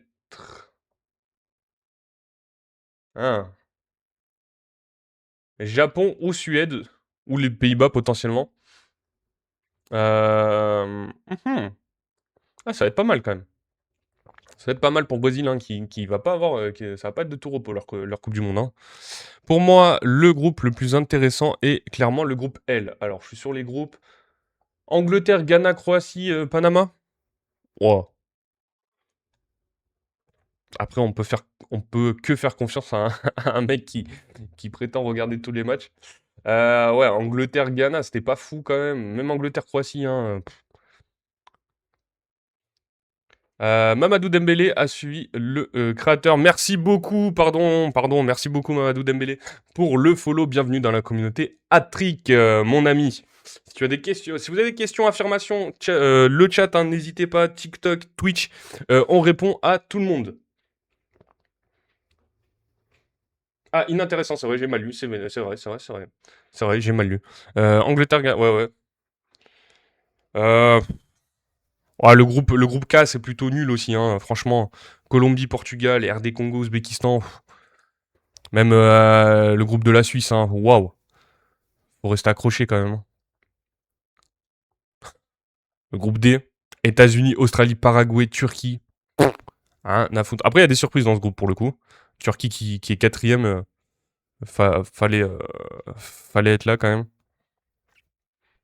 Égypte, Iran, Belgique, Nouvelle-Zélande, pas fou non plus, hein, vraiment. Après, il reste un match, hein, tout peut jouer sur ces matchs, mais waouh. Et après, le reste, ça reste plutôt pas mal. Je pense pas que c'est le plus intéressant quand même, le groupe L, hein. Groupe K, sous-côté.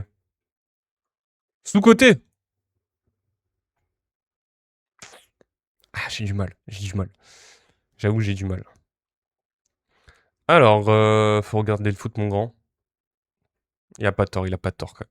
Bonjour, que penses-tu des matchs comme Équateur, Allemagne ou USA, Turquie, deux équipes déjà qualifiées, etc. Alors, Équateur-Allemagne, je trouve ça intéressant ce match. Pour le coup, hein, moi j'avais annoncé l'Équateur qui faisait... J'avais même annoncé que l'Équateur pourrait potentiellement finir premier de leur poule. Au final, ça a été une défaite contre la Côte d'Ivoire, un match nul contre le Curaçao.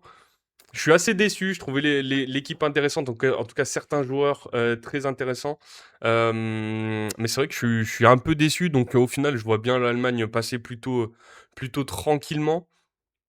Voilà, on va faire peut-être ces petites previews de l'Allemagne du coup. Entre-temps, on parlera peut-être du Maroc après. Mais voilà, Équateur-Allemagne, Je vois plus l'Allemagne. En plus, j'ai trouvé ça plutôt bon, hein. Même s'ils ont galéré contre cette équipe de Côte d'Ivoire, ils ont quand même réussi à renverser le match. Julian Nagelsmann, très très bon coach, hein, très tactique. Donc capable de faire les bons changements au bon moment, hein. On le voit. Les entrées d'Undav et de... c'est qui l'autre qui fait rentrer? Je crois que c'est Amiri. Amiri très bon aussi. Donc voilà, je vois pas forcément l'Équateur du coup battre l'Allemagne sur ce match, hein. Je suis quand même assez déçu. Et après pour USA-Turquie, bon, la Turquie, ils ont clairement raté leur mondial. Je pense qu'ils vont perdre contre les Américains. C'est plus un match géopolitique que vraiment sportif. Euh, donc voilà, USA-Turquie, je vois bien les États-Unis. Après, voilà, pareil. La Turquie, ils ont joué de malchance ou de mauvaise précision. Enfin, je sais pas comment dire ça. Ils ont quoi, 68 tirs, un truc comme ça. Sur tout le mondial, ils ont pas mis un putain de but. Voilà, après, c'est de leur faute. Mais, euh, mais voilà, après, les États-Unis aussi. Ils sont à domicile. Bon, on va pas aller dans les théories du complot, mais ils sont à domicile.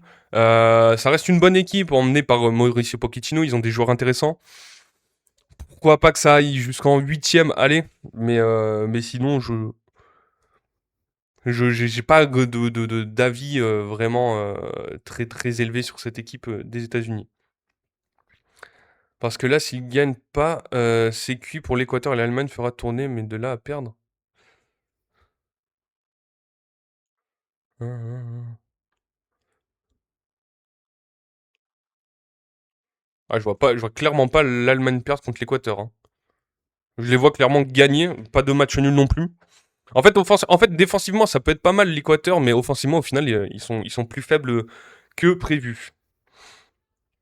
Après, c'est bien, c'est une nation qui apprend, ils ont des joueurs qui sont intéressants, ça se développe, mais voilà, c'est apprentissage. La Turquie peut peut-être profiter d'un turnover des USA. Non, franchement, je suis un peu paumé sur ce match. Pareil, je suis un peu paumé. La Turquie, j'y crois pas trop. Je pense qu'ils ont la tête au fond du trou, donc j'y crois pas trop. L'arbitrage à la Sostrum va aider. Je vais pas dire que t'as raison, mais on se sait, on s'est compris quoi. C'est vrai on peut y croire à ces histoires quand même. Qu'est-ce qu'on nous dit aussi? Le Colombie-Ouzbékistan, incroyable. Oh, quand même. Incroyable, j'aurais pas posé le mot quand même. Merci à Zéro pour le follow, bienvenue dans la communauté Atrix, ça fait extrêmement plaisir, hein. Bienvenue. Encore une fois, vous êtes de plus en plus nombreux. Tous les matins, la Turquie a une chance si l'Australie gagne 2-0 contre le Paraguay et que la Turquie gagne 3-0 contre les États-Unis, il y a moyen. Mais pour que ça se réalise, il faut que des aliens arrivent sur Terre. Ah, j'avoue que... À la limite, hein, le Australie-Paraguay 2-0, je peux y croire, mais le 3-0 contre les États-Unis, ça me paraît compliqué, hein. Ce Brésil-là n'est pas parfait, mais le travail est fait. Vini, le réveil en sélection, fait plaisir. Bah, c'est exactement ce qu'on a dit. T'as extrêmement bien résumé ce qu'on dit depuis une bonne demi-heure. Voilà, le travail est fait. C'est pas parfait, hein, c'est vraiment pas parfait. Bah après, je trouve on en fait peut-être un peu trop sur le Brésil est dégueulasse. C'est pas le Brésil qu'on a connu évidemment avec des équipes beaucoup plus kiffantes. Mais bon, match nul contre le Maroc, il n'y a pas à rougir. Victoire j'ai plus. Juste avant contre, bon, victoire contre l'Écosse, c'est ce qu'on a dit, et après victoire contre, oh putain, contre Haïti. Voilà, ça a fait le taf, ça a fait le taf. On verra pour la suite. On l'a dit, hein, ils doivent affronter potentiellement euh, la Suède ou le Japon. Donc voilà, ça va être une nouvelle fois un match intéressant pour nos Brésiliens sûrs. Est-ce que j'avais autre chose? Non, ça c'était les déclats de Neymar, on les a déjà vus. Ah oui, quand même, les mots d'Ancelotti après le match. Le Brésil joue enfin comme une équipe. Le Brésil, après des débuts timides, joue enfin comme une équipe au Mondial 2026. A salué ce mercredi le sélectionneur Carlo Ancelotti après la victoire contre l'Écosse, qui qualifie la CSAO pour les 16e de finale. On joue maintenant comme une équipe, tout n'est pas encore parfait, mais nous sommes améliorés très, très rapidement et c'est important avant d'aborder les matchs à élimination directe. On a joué un match solide, on a fait moins d'erreurs que lors des matchs précédents et on a été plus efficace en attaque. L'attaquant Neymar qui a refoulé une pelouse avec la sélection pour la première fois depuis 2023 méritait l'opportunité de jouer. Il s'est très bien préparé, très sérieusement, il a pu jouer avec l'équipe, même pour quelques minutes. Ok, donc ça, on l'a déjà vu.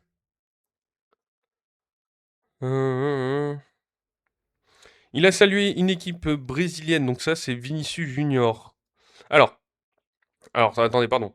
Il a félicité Vinicius Junior auteur d'un doublé, c'est l'un des meilleurs joueurs au monde, ainsi que le jeune latéral Ryan, 19 ans, très mature pour son âge, qui a fait un match complet. Il a salué une équipe brésilienne avec une énorme volonté, de la qualité et du caractère, ajoutant que la plupart des buts marqués sont venus de tacles ou de pertes de balles, ça en dit long sur l'attitude des joueurs. Le but n'est pas de bien jouer, mais de gagner, a souligné Ancelotti. Interrogé sur le prochain adversaire du Brésil le 25 juin à Houston, l'Italien estimait que les Pays-Bas avaient plus d'expérience que le Japon, mais le Japon a eu de très bons résultats avant la Coupe du Monde et la Suède a un gros potentiel.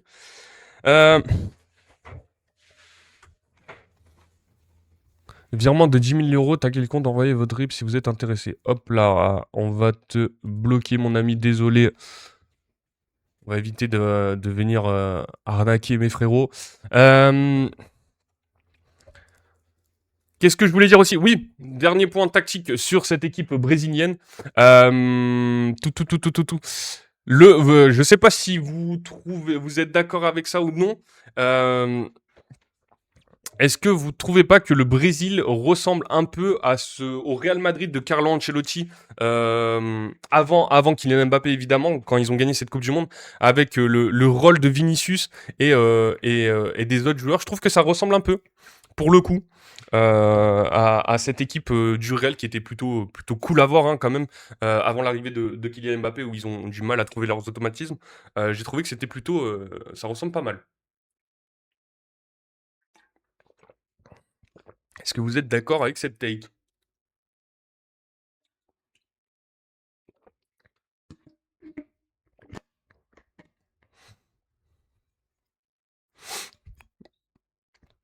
Bon, on va continuer en tout cas.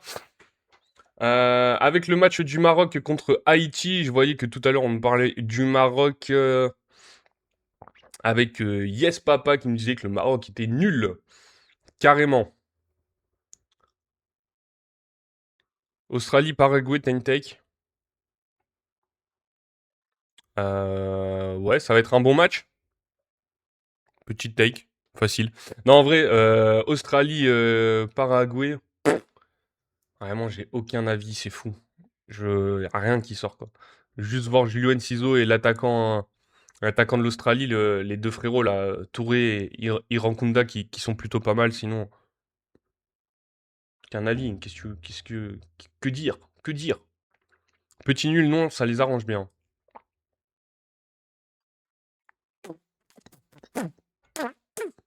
Putain, là, tu me demandes un prono, hein. Petit nul. Petit nul. Moi, je dis victoire de l'Australie. Vous prenez ça comme vous voulez. Victoire de l'Australie. Un petit 2-0. 2-0, voilà. Vous voulez des pronos? Victoire de l'Australie contre le Paraguay. Au niveau des cotes, hein, les amis, on fait extrêmement attention. Si on parie, on met pas l'argent du PEL ou les études des enfants. On ne parie que l'argent qu'on peut se permettre de perdre. Mais au niveau des cotes, le Paraguay est clairement un peu plus favori avec une note. Une cote, alors attention, hein. Attention, parce que là, cote à 2,85 pour le Paraguay. Pour la victoire du Paraguay. Le match nul est à 2,20 voire 2,30. Et l'Australie, c'est du 3,84. Je vois bien un petit nul. L'Australie laisse la balle au Paraguay et juste attendre. Après, c'est possible, hein. La cote la plus basse, c'est le match nul, hein, pour les deux. Comme tu l'as dit, ça arrange tout le monde. Donc, c'est pas déconnant. Moi, je dis victoire de l'Australie pour le coup. Mais la théorie du match nul n'est pas déconnante, les amis, hein. Hop, on continue. Donc, on était sur Maroc-Haïti. La victoire du Maroc, 4-2. On va voir déjà la compo marocaine avec le 4-2-3-1 proposé par Mohamed Wabi. Avec Bono dans les cages, Riyad Halal en défense centrale. Pas de Diop. Ok.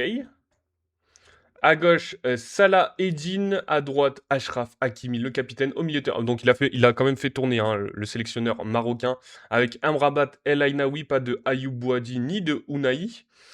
Ismaël Saïbari qui retrouve un rôle un peu plus bas sur le terrain avec El Kaabi devant en pointe, El Khanous à gauche et Brahim Diaz à droite. Côté Haïti, Placide dans les cages, AD Delcroix en défense, Duverne plutôt que Arcus à droite, Expérience à gauche, Josué Casimir au milieu à droite, Jean-Jacques Bellegarde au milieu de terrain, enfin dans l'axe, Providence à gauche et Wilson Isidore derrière Joseph dans cette équipe haïtienne. On le voit, les entrées dans cette équipe marocaine, voilà, Ounahi, Raimi aussi qui est rentré, Jessim Yassine, le joueur de Strasbourg, dont on parlera juste après, Noussaïr Mazraoui, qui est rentré en fin de match, et Samir El Mourabet. Là aussi, le débat, hein, est-ce que le Maroc a l'un des meilleurs milieux de terrain de cette compétition hein. Si on considère qu'on a El Ainaoui, Bouadi, El Mourabet, ou Ounahi, est-ce qu'il y a peut-être le meilleur milieu de terrain de cette compétition? En tout cas, sur cette équipe du Maroc, victoire 4-2 dans les stats. Voilà, le Maroc a clairement dominé, 3,76 d'XG, 69% de possession, 22 tirs, 11 cadrés, 9 tirs, 2 cadrés pour les Haïtiens. Qu'est-ce qu'on peut noter aussi? Pas mal de cartons jaunes côté Haïti, 3, alors que le Maroc, fair play, 0 carton jaune. Plutôt pas mal. Pas de poteau, 18 coups francs pour les Marocains quand même. 45 touches dans la surface. Un seul arrêt de la part de Bono qui a quand même marqué contre son camp. Et 8 arrêts pour le gardien de Haïti. Sur le match, Bono, alors on voit le Maroc hein, qui a pris le premier but dès la 10e minute. Égalisation de Achraf Hakimi à la 39e. Après, Haïti reprend quand même le lead de ce match à la 43e. Et en fin de première mi-temps, c'est Ismaël Saïbari sur une passe décisive de Achraf Hakimi. Des changements sont faits tout au long du match, donc 2-2 à la mi-temps. Et après, le Maroc prend clairement le lead. Hein, peut-être baisse de régime pour cette équipe haïtienne. 78e minute, but de Raimi sur une passe de Riyad et 89e but de Jessim Yassine sur une passe d'Essim de Raimi. Voilà, victoire du Maroc dans ce match. Le Maroc doit viser le titre selon son sélectionneur. Le Maroc est entré dans une autre dimension et doit viser le titre, a assuré le sélectionneur Mohamed Ouabi après la qualification ce mercredi pour les 16e de finale de la Coupe du Monde acquise grâce au succès face à Haïti. On est entré dans une autre dimension, les joueurs croient en eux et les adversaires respectent le Maroc, a déclaré le coach. Donc on doit y croire, on doit viser ce titre. Comment on va atteindre cet objectif? En étant à 200% à chaque match et en préparant au mieux les matchs, a-t-il encore exposé. Après le succès face à Haïti, je pense qu'on a eu de très bonnes statistiques. On a eu une grosse domination. Ils ont frappé 2 fois et cela a fait 2 buts, a-t-il poursuivi. C'était un match de transition, ils n'avaient rien à perdre, ils ont joué long. On a bien fait les choses, il fallait juste qu'on maîtrise mieux les transitions, a observé le technicien. Je n'ai tiré les oreilles de personne car j'ai senti mon groupe investi et solidaire, a-t-il insisté, interrogé sur la performance de Brahim Diaz. C'est un très grand joueur, il va beaucoup nous apporter. Il va beaucoup nous apporter beaucoup. Traduction mauvaise, hein. Il a raison d'être ambitieux. Bah ouais, il a clairement raison. Hein. Après une demi-finale de Coupe du Monde, il y a 4 ans, une victoire. Victoire à la CAN pour le Maroc. Là, hein, moi j'ai dit mon prono pour le Maroc, c'est quart de finale. Je sais pas ce que vous en pensez les amis, mais il a clairement raison d'être plutôt convaincu. Hein. Ils ont des armes le Maroc pour aller très loin dans cette Coupe du Monde. Merci à Xavier Imizé du coup pour le follow. Merci beaucoup. Bienvenue dans la communauté Atrix, ça fait extrêmement plaisir. On va parler d'un joueur pour cette équipe du Maroc. Bon, victoire 4-2 contre Haïti, hein. Il y a pas de scandale. Je sais pas, j'ai pas trouvé d'autres articles, mais celui-là il m'intéressait. Jessim Yassine, un but en Coupe du Monde, synonyme de revanche. Garçon plaisir, garçon de luxe, merci pour le follow, bienvenue dans la communauté Hat-Trick. Décidément, les pseudos bizarres aujourd'hui, vous êtes pas mal, hein. Entre viens dans ma cave, garçon plaisir, garçon de luxe, on est sur une ambiance étrange. Mais en tout cas, bienvenue, ça fait extrêmement plaisir, bienvenue hein, dans la communauté Hat-Trick. Merci pour les follow, vous êtes de plus en plus chaque jour, que ça soit sur Twitch, sur TikTok. Donc merci, n'hésitez pas aussi à rejoindre la chaîne YouTube pour ceux qui regardent les lives en rediffusion, les plateformes de podcast, Apple Podcasts, Spotify, Deezer, Amazon si vous préférez nous écouter, et les réseaux sociaux, TikTok, Instagram, Facebook, Snapchat, Thread et X pour rester tenu au courant de nos lives. Refusé par de nombreux centres de formation, le Strasbourgeois Jessim Yassine est aujourd'hui buteur en Coupe du Monde après la réalisation contre Haïti avec le Maroc. Mercredi, à 20 ans, une belle revanche pour celui qui est arrivé en Ligue 1 en début d'année. C'est un article de Hervé Penaud pour l'équipe. Il a d'abord levé les bras, sourire magnifique, puis s'est ravisé. Il a attendu 1, 2, 3 minutes. Le Marocain Jessim Yassine a regardé l'arbitre dans l'espoir de la validation de son but, le 4e de son pays contre Haïti. Mercredi soir, Soufiane Raimi avait-il récupéré la balle dans les pieds d'un défenseur, derrière ou sur la ligne? Pas simple de juger, pas même avec de multiples ralentis, donc de revenir sur la même décision. Puis la libération est arrivée pour le joueur de Strasbourg qui ne devait pas en croire ses yeux.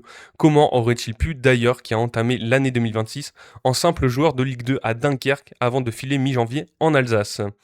Pas certain non plus qu'il ait été assuré d'avoir son ticket pour la liste marocaine avant l'annonce officielle du groupe, mais Mohamed Ouahabi, le sélectionneur, a décidé de puiser dans ses champions du monde U20 pour renforcer l'effectif aux États-Unis, et Jessim, le faux follet à la carrière fluette de 20 ans, 1m72, a été l'un des appelés tant il possède une technique haut de gamme. Ses prises de balles, ses orientations de corps peuvent provoquer des tours de rein chez ses adversaires les plus chevronnés.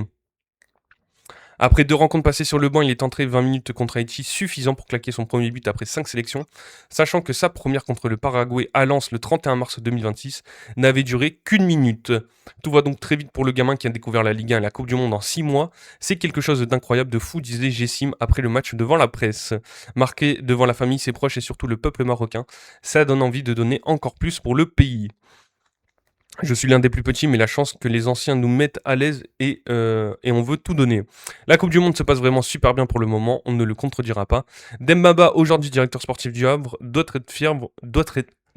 être fier lui aussi de cette performance. Alors président délégué de l'USL Dunkerque qui nous disait à son sujet pendant la Coupe du Monde 2020.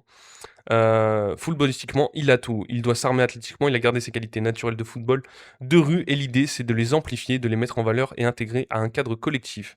Il a une grande marge de progression, il n'a que 20 ans, il a déjà 50 matchs de Ligue 2, c'est déjà très solide. Il a été refusé d'une quinzaine de centres de formation. Bas souligné aussi sur son rapport au Maroc. Quand je voyais ses yeux pleins d'émotion à l'évocation de son pays, j'étais convaincu qu'il allait être performant. Il a un tel amour pour son pays, c'est un joueur différent, qui a une agilité technique peu commune avec cette capacité à prendre ses adversaires à contre-pied, mais qui a dû se battre après avoir été refusé d'une quinzaine de centres de formation en France ou en Italie. C'est à Dunkerque qu'il a atterri début 2024 et explosé, et au Maroc qu'il vient de se faire un nom aux yeux du monde. Donc voilà la belle histoire pour Jessim Yassine du côté du Maroc. Donc le Maroc qui finit 2e de leur groupe derrière le Brésil, avec une différence de but meilleure pour le Brésil. Et qui devrait affronter, alors là on va voir, le Maroc va sûrement affronter les Pays-Bas du coup, qui risque de finir premier de la poule. Donc le Maroc se jouera le 30 à 3h du matin contre le premier de la poule F. Donc la poule F, on l'a dit, c'est bien les Pays-Bas. Donc normalement, si tout se passe bien, on aura bien un Maroc-Pays-Bas en 16e de finale. Très très bon match. Alors là, pour le coup, 3h du matin, est-ce que je me lèverai ? Possible les amis, ou sinon de toute façon, quoi qu'il arrive en 2026, on pourra mater des rediffusions, mais vivre le sport en direct, il n'y a rien de mieux. Voilà, dites-moi vos pronos quand même pour Maroc-Pays-Bas dans le chat, que ça soit sur Twitch ou TikTok, ça m'intéresse de savoir. On va sur le match Afrique du Sud, Corée du Sud. Alors là, vraiment étonnant, l'Afrique du Sud qui s'est imposée contre les Coréens assez décevants. Pas de Heung-min Son qui était sur le banc, qui rentre à la mi-temps. Alors là, coup de tactique du coach coréen qui n'a pas marché clairement.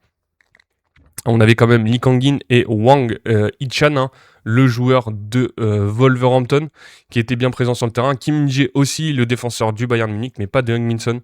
Alors là, je suis assez déçu. Victoire de l'Afrique du Sud grâce à un but de Maseko. Il y avait bien Apolis titulaire à gauche, Mac Gopa devant, non, pardon, Mofo Genk au milieu de terrain, Sitole Mbata pour le double pivot, Modiba à gauche, Mudo à droite et Mbokazi Ocon en défense centrale aux côtés de Williams dans les cages. Donc voilà pour ce match. L'Allemagne, t'en penses quoi, frérot? Alors l'Allemagne, qu'est-ce que j'en pense? Je pense que l'Allemagne, il faut toujours se méfier de cette équipe allemande, même si ce n'est pas la plus grande génération de joueurs allemands que l'on peut voir actuellement. Il faut toujours se méfier. Ils ont des joueurs très intéressants, un coach très bon aussi, on va pas tout lui enlever. Donc ça me paraît dangereux cette équipe d'Allemagne, hein. Si on va dans leur sélection des jeunes joueurs de haut niveau, Julian Nagelsmann qui fait du très bon coaching, hein. On voit les entrées de Undav Amiri à chaque fois qui apportent énormément. Euh, et cette équipe d'Allemagne retournait cette équipe de Côte d'Ivoire sur le match précédent. Là, contre l'Équateur, on m'a posé la question tout à l'heure, je le redis, je vois bien l'Allemagne l'Allemagne s'imposer contre l'Équateur, hein. Offensivement, c'est très faible, je trouve, cette équipe équatorienne. On le voit, hein, il y a des joueurs, Denis Undav, Nick Woltemade, Kai Havertz qui fait une très bonne Coupe du Monde. Bon, le Roi Sané, je suis moins fan, mais toujours Florian Wirtz, Jamal Musiala, euh, Léon Goretzka toujours harcelé par le mec là qui vient l'appeler lors des matchs. Alors lui, vraiment, il me fait beaucoup rire, même si c'est clairement du harcèlement. Voilà, des joueurs comme Félix Nmecha, Joshua Kimmich. Joshua Kimmich, hein, qui a joué côté droit lors du dernier match, hein, il s'est clairement fait, alors je vais pas dire laver, mais on n'est pas loin quand même, hein, par Yann Diomandé. Attention, hein, attention, Joshua Kimmich. La perte par contre de Nico Schlotterbeck, ça fait du mal quand même, mais bon, il remplace par Antonio Rudiger, n'en déplaise à Adil Rami, aux côtés de Jonathan Da, ça reste solide. Et après, Nathaniel Brown à gauche. Au cage aussi, Manuel Neuer, hein, c'est pas le gardien le plus irréprochable récemment. Attention à Manuel Neuer, hein, qui est quand même une légende parmi les gardiens. Et voilà, équipe très très solide pour cette équipe allemande que j'aime bien voir jouer pour le coup. Il faut juste qu'il soit légèrement plus précis devant les buts, mais j'aime beaucoup. Voilà. Alors juste pour revenir, hein, on finit Corée du Sud, Afrique du Sud, voilà, but de Maseko 73e minute, il s'est rien passé en première mi-temps. Deuxième mi-temps, pas grand-chose de plus, on le voit dans les stats de ce match, 1,16 d'XG, 0,91 pour la Corée, 68% de balles, possession de balles pour les Coréens, mais qui n'ont pas réussi à conclure, 8 tirs 3 cadrés, 13 tirs 4 cadrés, donc beaucoup d'imprécision dans ce match. 3 arrêts pour le gardien coréen, 2 arrêts pour le gardien sud-africain. Victoire de l'Afrique du Sud qui affrontera, on l'a dit, hein, c'est le premier match de ces 16e de finale que l'on connaît. Afrique du Sud, Canada. Voilà. Suède-Japon. Alors là, pour le coup, Suède-Japon, où je l'ai mis ce match. Voilà. Dans les codes, je le rappelle, on fait extrêmement attention si on parie, les amis. Le Japon est favori avec 1,85 de cote. La Suède, 4,30, 4,70. C'est plutôt énorme quand même. Dans le classement de ce groupe, là aussi, le Japon qui peut quand même, hein. Alors, ça me paraît compliqué de voir les Pays-Bas perdre contre la Tunisie ou même faire un match nul, mais si le Japon s'impose, ils seront premiers de leur groupe. Donc voilà. Donc je mettrais bien le Japon. J'ai trouvé cette Suède. Alors, le score contre la Tunisie ne reflète pas forcément leur niveau de jeu, mais le score des Pays-Bas, j'ai trouvé cette équipe de Suède inquiétante quand même. Défensivement, j'ai trouvé ça très mauvais. Offensivement, ils ont eu du mal à se trouver. Donc ouais, je pense que le Japon s'est discipliné. Ils ont quand même réussi à faire match nul aussi contre les Pays-Bas, donc je mettrais plutôt le Japon. L'Australie, on en a parlé tout à l'heure, on a dit que ça pouvait arranger les deux équipes.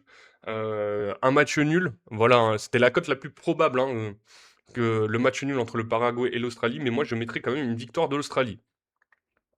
Voilà. On continue sur les matchs de hier soir. Alors ça, je vous l'avais annoncé en live, hein, je vous invite à revoir la rediffusion. J'aime bien, hein, je force un peu sur cette take, mais la Suisse qui s'est imposée 2-1 contre le Canada, avec des buts de Varkas et de Manzambi en deuxième mi-temps. Pas Jonathan David, Promise David, la police nationale qui nous follow sur, sur TikTok. Merci à vous. Merci à nos policiers sûrs pour le follow. La sécurité de tous 26. En tout cas, merci beaucoup pour le follow. Bienvenue dans la communauté Atrix, ça fait extrêmement plaisir. Voilà, qu'est-ce que je disais? Oui, donc Vargas Manzambi qui marque, Promise David qui vient égaliser. La Suisse a eu chaud quand même, hein, mais ils se sont imposés et donc ils finissent eux aussi premiers de leur groupe, si je dis pas de bêtises, voilà, avec 7 points devant le Canada. Donc la Suisse, hein, va se méfier, c'est plutôt une équipe très très très très très bonne. Donc voilà pour nos amis suisses, hein, qui sont très très intéressants. On attendra leur adversaire aussi pour voir contre qui ils passent. Je vais aller checker ça du coup directement parce que le Canada, ils ont chopé l'Afrique du Sud.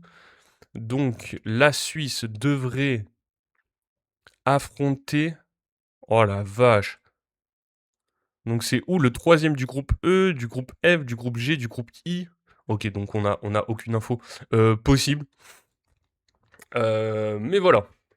Bosnie-Herzégovine, Qatar, victoire 3-1 de la Bosnie-Herzégovine. Le Qatar, c'est catastrophique.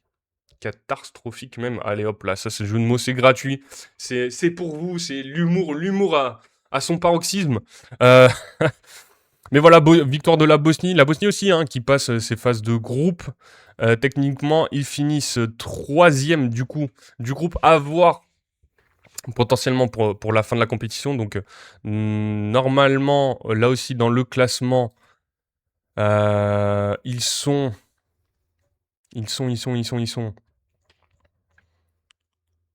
Alors, la Bosnie-Herzégovine, après 3 matchs joués, est premier parmi les meilleurs troisièmes, sachant que la Suède, la Croatie n'a pas joué, l'Algérie, le Paraguay n'ont pas joué non plus, le Cap-Vert, la Belgique, la RD Congo, l'Équateur, le Sénégal n'ont pas joué. Donc, pour l'instant, la Bosnie, rien n'est fait.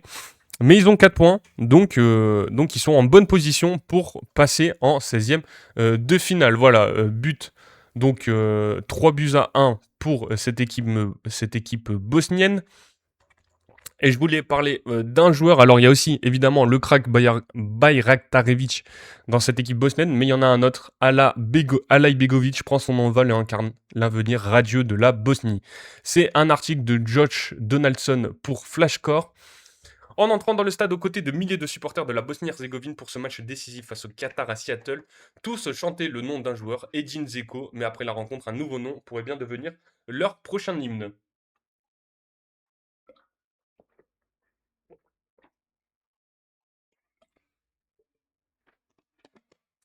À seulement 18 ans et 267 jours, Kerim Alay-Begovic est devenu le plus jeune buteur de l'histoire de la Bosnie en Coupe du Monde grâce à une superbe frappe enroulée du droit depuis l'entrée de la surface à la 29e minute.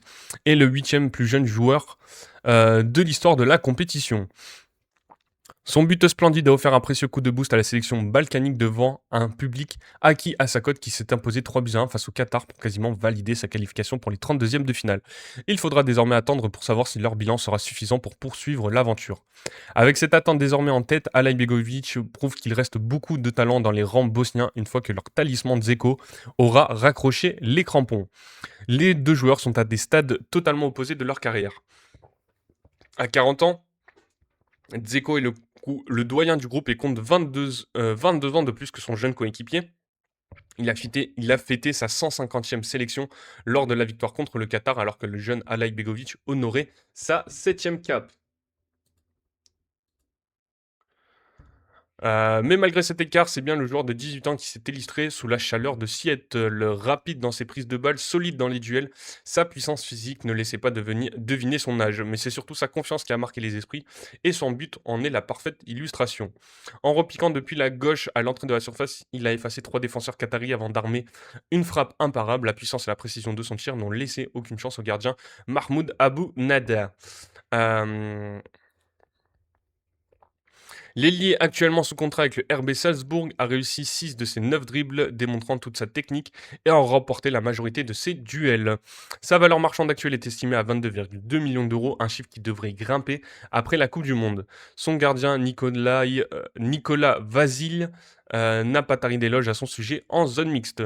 C'est un moment important pour nous, prendre l'avantage dans ce match était vraiment crucial. Je suis vraiment heureux pour lui. À cet âge, être capable de jouer un match aussi important et montrer qu'il peut marquer chaque semaine, c'est une vraie chance de l'avoir avec nous. Il a encore beaucoup de chemin à parcourir selon moi et il peut encore énormément progresser. Donc j'espère qu'il continuera sur cette voie.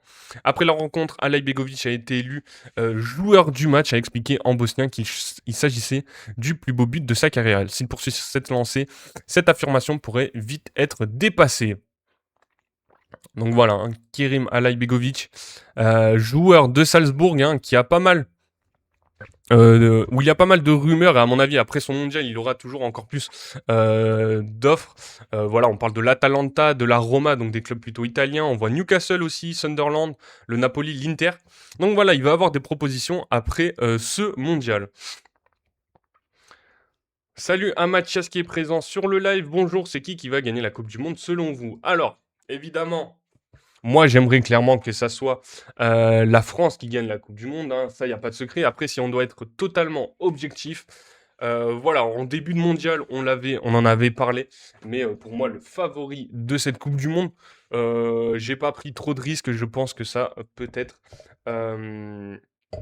nos frérots de la Roja et l'Espagne parmi les favoris de cette Coupe du Monde. Mais bon, évidemment que si la France gagne, on veut voir la France gagner. Il n'y a pas de question autre que ça. Sénégal avec un 2-0, normalement, ça passe pour les meilleurs troisièmes. Effectivement, normalement, quoique, hein, parce que le Sénégal, ils ont, comment dire, ils ont pris pas mal de buts déjà, ils ont moins 4 de goal average. Donc s'ils gagnent 2-0, sachant que ça leur ferait 3 points, en tant que Français, je pense que la France va faire le dernier carré. Ouais, on est plutôt d'accord sur cette take. Le Sénégal est à moins 3. Ils ont 0 points. Sachant qu'il y a encore pas mal d'équipes qui n'ont pas encore joué. Attention. Attention au Sénégal. Alors le Cap-Vert. Oh, le Cap-Vert n'a pas été affiché. Et c'est pas le Cap-Vert qui a joué ça, Haïti, je dis de la merde. Ouais, le Cap-Vert a 2 points, la Belgique a 2 points, donc il suffit d'un match nul déjà pour mettre le Sénégal derrière. Si le Sénégal gagne 3 buts à 0, voilà, si le Sénégal gagne 3 buts à 0, ils ont une différence de but de 0. Là, c'est plutôt clair. Mais par contre, si le Cap-Vert me fait match nul, ils sont devant. Si la Belgique fait match nul, ils sont devant. Si la RDC bat l'Ouzbékistan, ils sont devant. Bon, l'Équateur, ça devrait pas gagner contre l'Allemagne, donc ils devraient être derrière. Voilà, donc déjà, ça fait 2 équipes. Et après, si on doit en retirer... Alors, si le Sénégal gagne, il passe devant l'Écosse. Si le Cap-Vert perd, Cap-Vert mérite plus que le Sénégal. Pas déconnant. Bon, après, le Sénégal, ils ont perdu contre la France et la Norvège. C'est pas scandaleux non plus, hein. Alors, tout dépend des résultats de ce soir. Effectivement. Bravo à l'Afrique du Sud. Bah oui, clairement, bravo à l'Afrique du Sud. Sénégal, il n'y a rien à en tirer, une déception. Attention, attention, attention. Ne pas sous-estimer cette équipe du Sénégal jusqu'au bout, on le dira, hein. On rappelle, ils jouent contre l'Irak, hein, donc ils peuvent en mettre 4, clairement. Allez, la France, on se la Norvège pour demain. La France, elle gagne 2-0. J'ai compris ce que tu voulais dire, mais normalement, oui. Enfin, en tout cas, j'espère que la France gagnera 2-0. Non, l'Écosse est à -3 au goal à virage. Hein.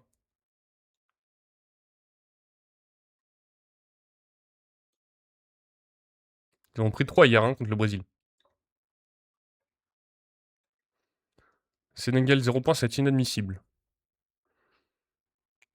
Ouais, c'est pas déconnant non plus. Hein. La Norvège, c'est. Ouais, bon, c'est vrai. En fait, ils auraient pas dû se faire éclater comme ça par la Norvège, c'est vrai.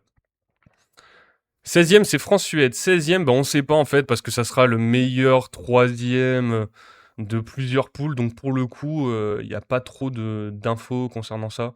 Voilà, la France, s'ils finissent premier, ils devraient affronter le 3e de C3, D3, F3. Bon, pour le coup, il n'y a pas trop, il n'y a pas forcément plus d'infos que ça. L'Irak a une très bonne défense, faut pas croire.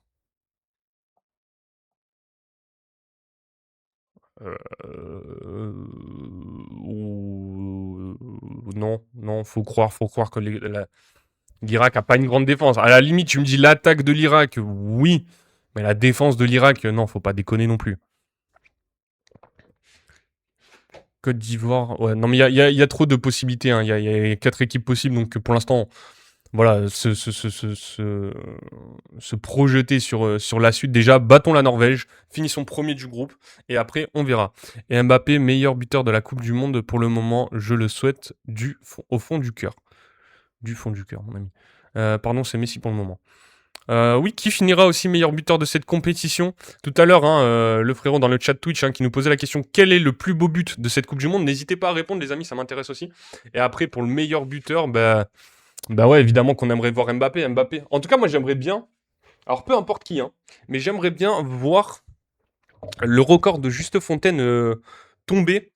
Même si c'est un Français, évidemment, ce serait génial que ça soit Kylian Mbappé qui le prenne. Mais un buteur qui mette plus de 13 buts dans cette Coupe du Monde, ça, j'aimerais bien voir pour le coup. Back-to-back pour la finale ou Argentine-Portugal. Oh, le back-to-back, France-Argentine. Et on éclate Non, parce que l'Argentine, on les affronte avant, non? C'est pas ça l'histoire? Je sais plus, ça me saoule ces prédictions de tableau de con là.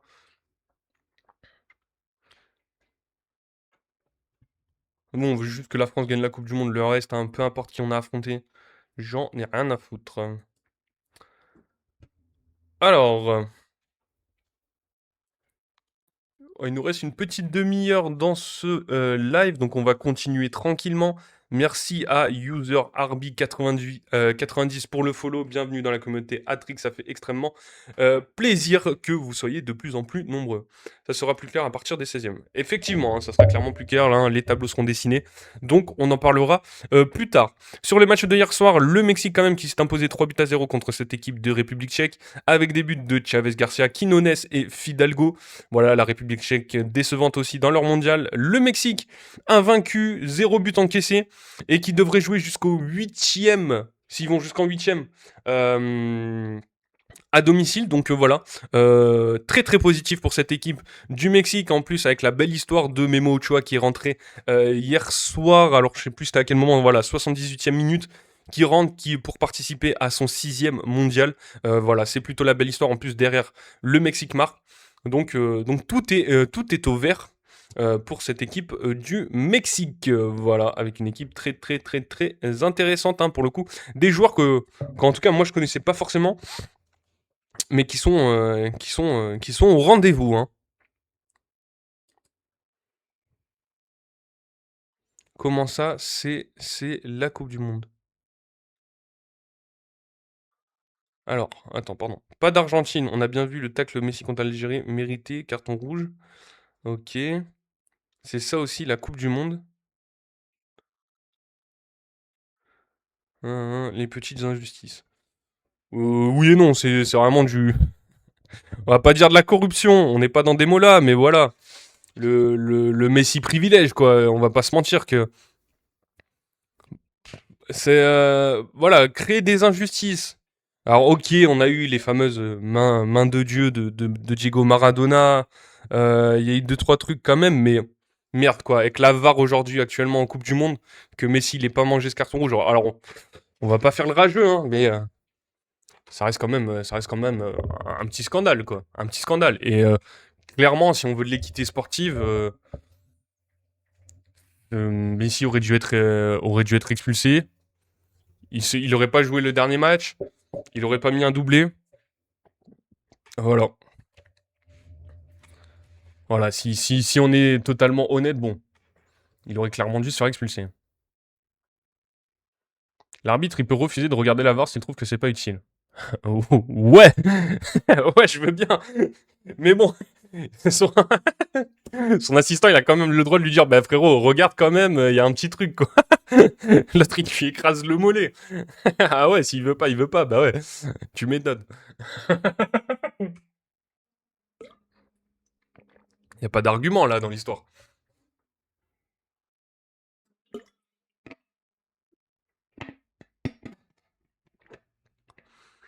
On continue sur les matchs de ce soir. Hein. On a fini de parler des matchs de hier soir. On a parlé de pas mal de choses. La Côte d'Ivoire contre le Curaçao. Voilà, la Côte d'Ivoire hein, qui fait une très bonne Coupe du Monde. Cette victoire contre l'Équateur, cette défaite contre l'Allemagne où ils auraient pu aller chercher leur match nul, voire une victoire. Hein. Ça s'est vraiment joué en toute fin de match, pardon. Le Curaçao hein, qui est quand même allé chercher ce match nul contre l'Équateur, donc voilà, que dire de plus de cette équipe du Curaçao.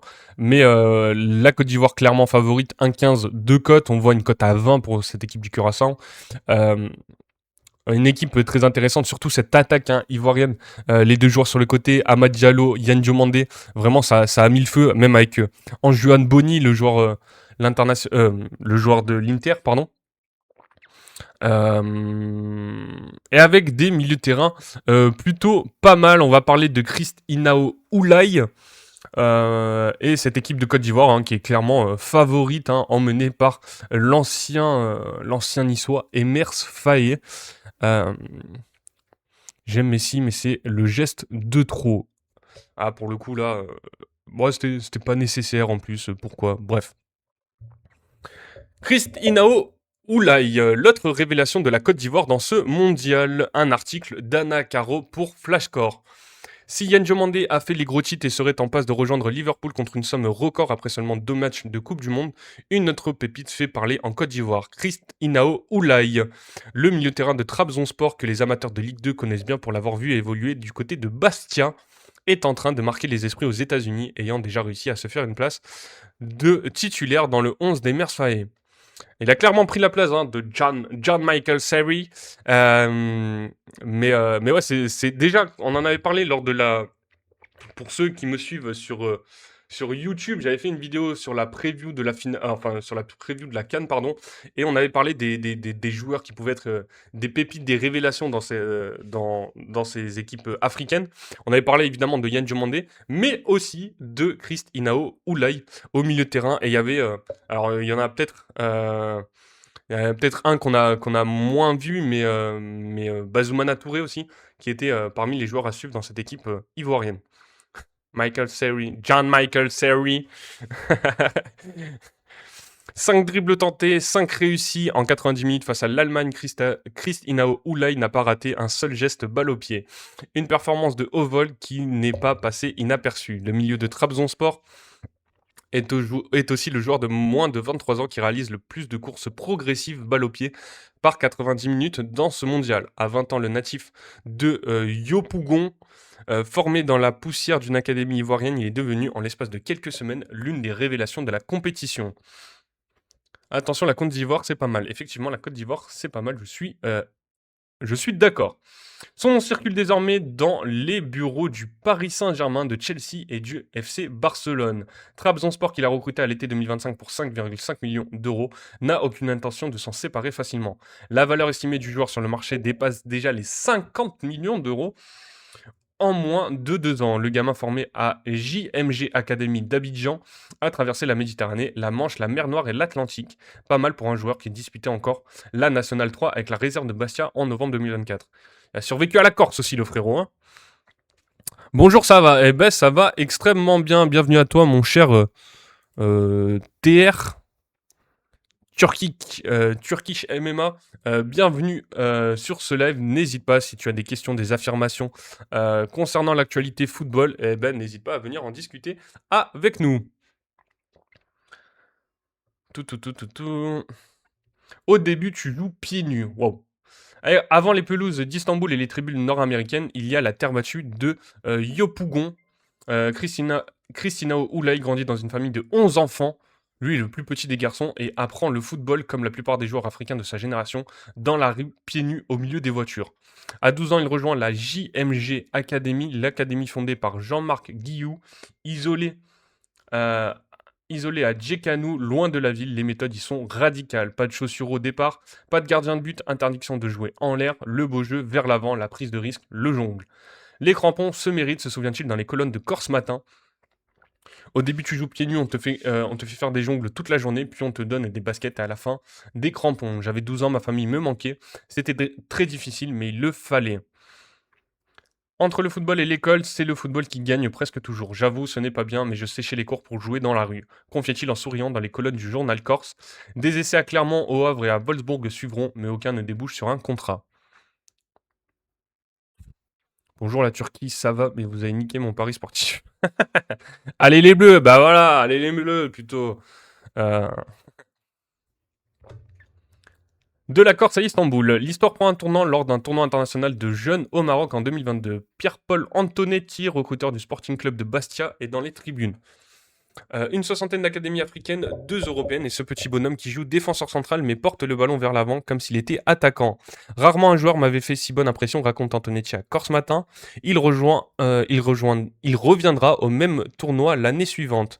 Oulaï n'y est plus, il insiste auprès des agents, négocie, revient à la charge. Au départ c'est compliqué mais finalement il accepte. Jean-Marc Guillou, ce mec a beaucoup apporté au foot ivoirien, formateur de Yaya Touré également. Ok, j'avoue que j'avais pas le nom, mais du coup, si c'est bien lui, légende, hein, légende. Christina Oulay pose ses valises à Bastia en juillet 2024, premier contrat professionnel en poche à 18 ans. Le changement est raide, préparation physique intense, séance vidéo, apprentissage tactique accéléré. Il fait ses classes en National 3, se montre patient, dispute son premier match professionnel le 16 novembre 2024 en Coupe de France à Fréming, puis découvre la Ligue 2 face à Lorient le 23 novembre. En quelques mois, il s'impose dans le 11 de Benoît Tavenot. Antonetti, qui a cru en lui dès le premier regard, voit son pari se confirmer. Je pense que sa principale qualité est sa prise de risque, explique-t-il. Il porte le ballon vers l'avant, il n'a pas froid aux yeux, mais c'est aussi sa principale faiblesse. Il peut commettre des erreurs qui coûtent cher. Il doit progresser là-dessus, mais sans changer sa personnalité. Il ne doit pas devenir un joueur stéréotypé. Son ancien coéquipier Julien Maggiotti va dans le même sens, moins analytique. La première fois que je l'ai vu, c'était un truc de ouf. Le lendemain de son retour à l'entraînement, au premier taureau, j'ai dit à tout le monde, j'ai jamais vu un joueur aussi fort. En août 2025, Trabzonspor lève l'option, 5 ans de contrat pour un transfert à 5,5 millions d'euros. Dès le 27 septembre, il joue son premier match sous le maillot turc. Le 25 octobre, il marque face à Eyüpspor.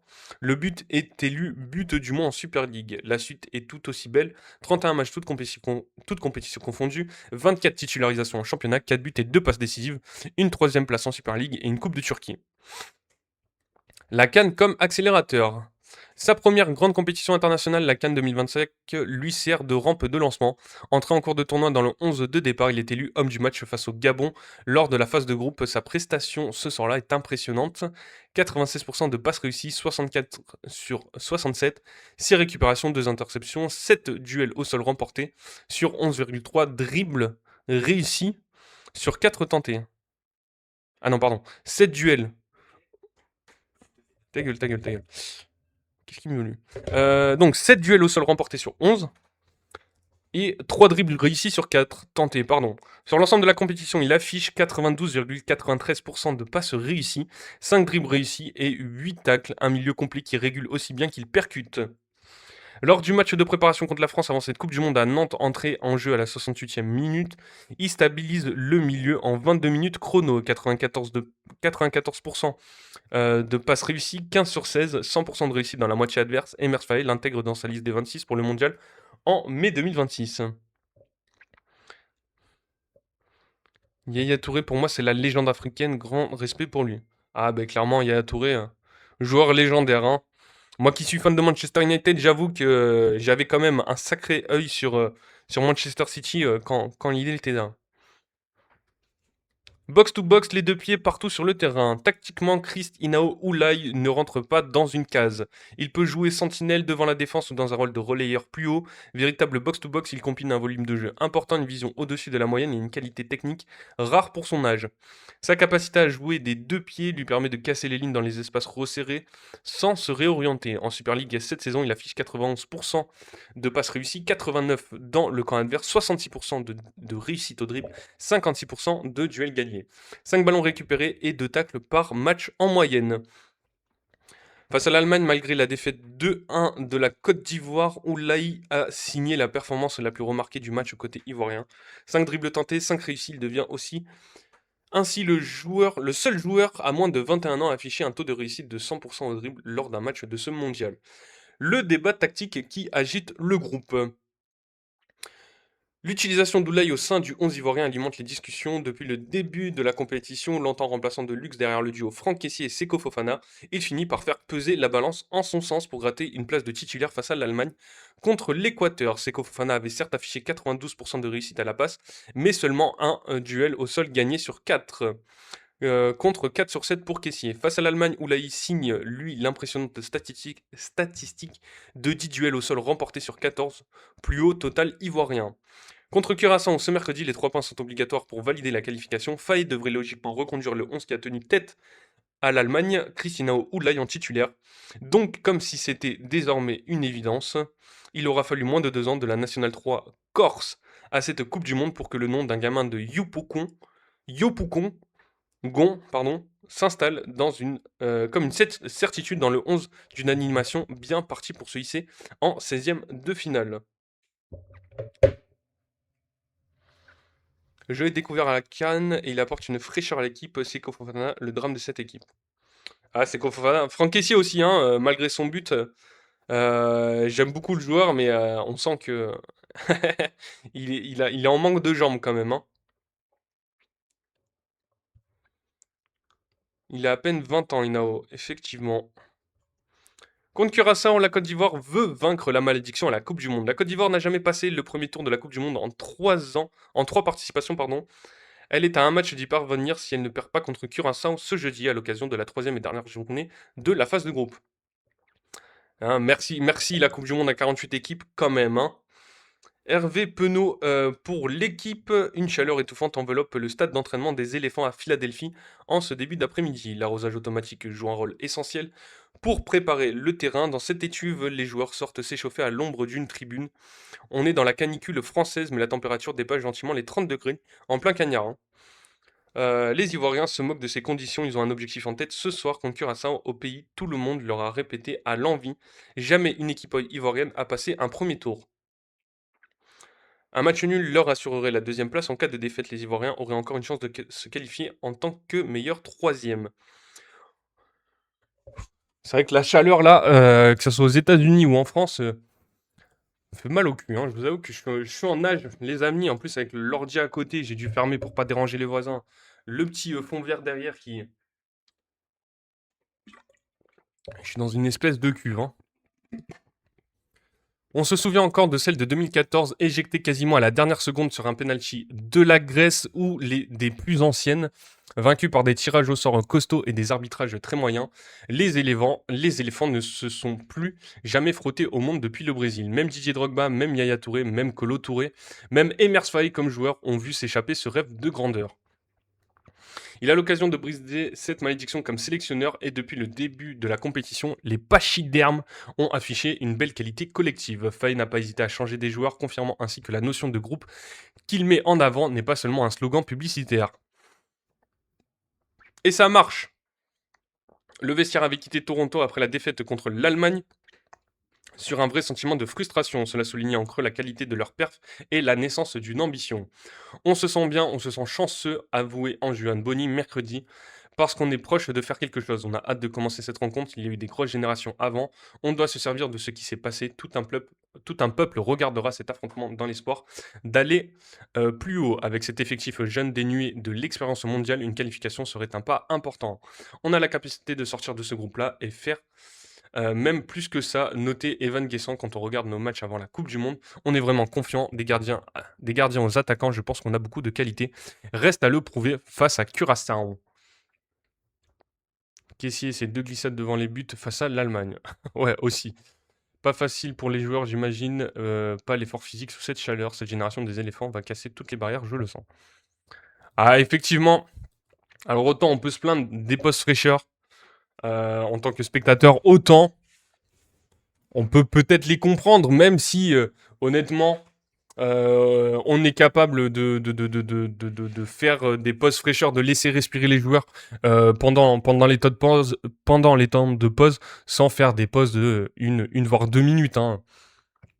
Et en plus de nous caler la pub là-dedans. Hein.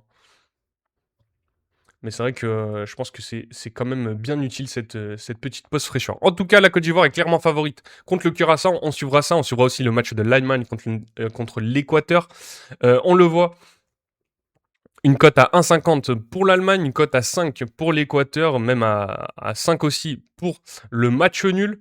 Au niveau des compos, normalement, ça sera un 4-2-3-1. Alors, est-ce que Julian Nagelsmann va-t-il faire tourner avec ces 2 victoires On voit une composition probable avec pas mal de turnover, avec Bowman dans les cages, Malik Thio, Rudiger, Rome à gauche, Anton à droite, Leon Goretzka, Angelo Stiller, en double pivot avec Leveling derrière l'attaquant, Bayer à gauche, Amiri à droite et Undav.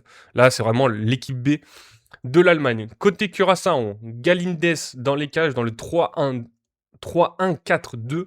Wow. 3-1-4-2. Galindes dans les cages, Pacho, Incapié, Franco dans une défense à 3, Alvichar en 6, Caicedo, Vité au milieu de terrain dans l'axe, Estupinan à gauche, Yeboah à droite et Valencia Plata. Ah, je suis pas convaincu là par rapport à la formation.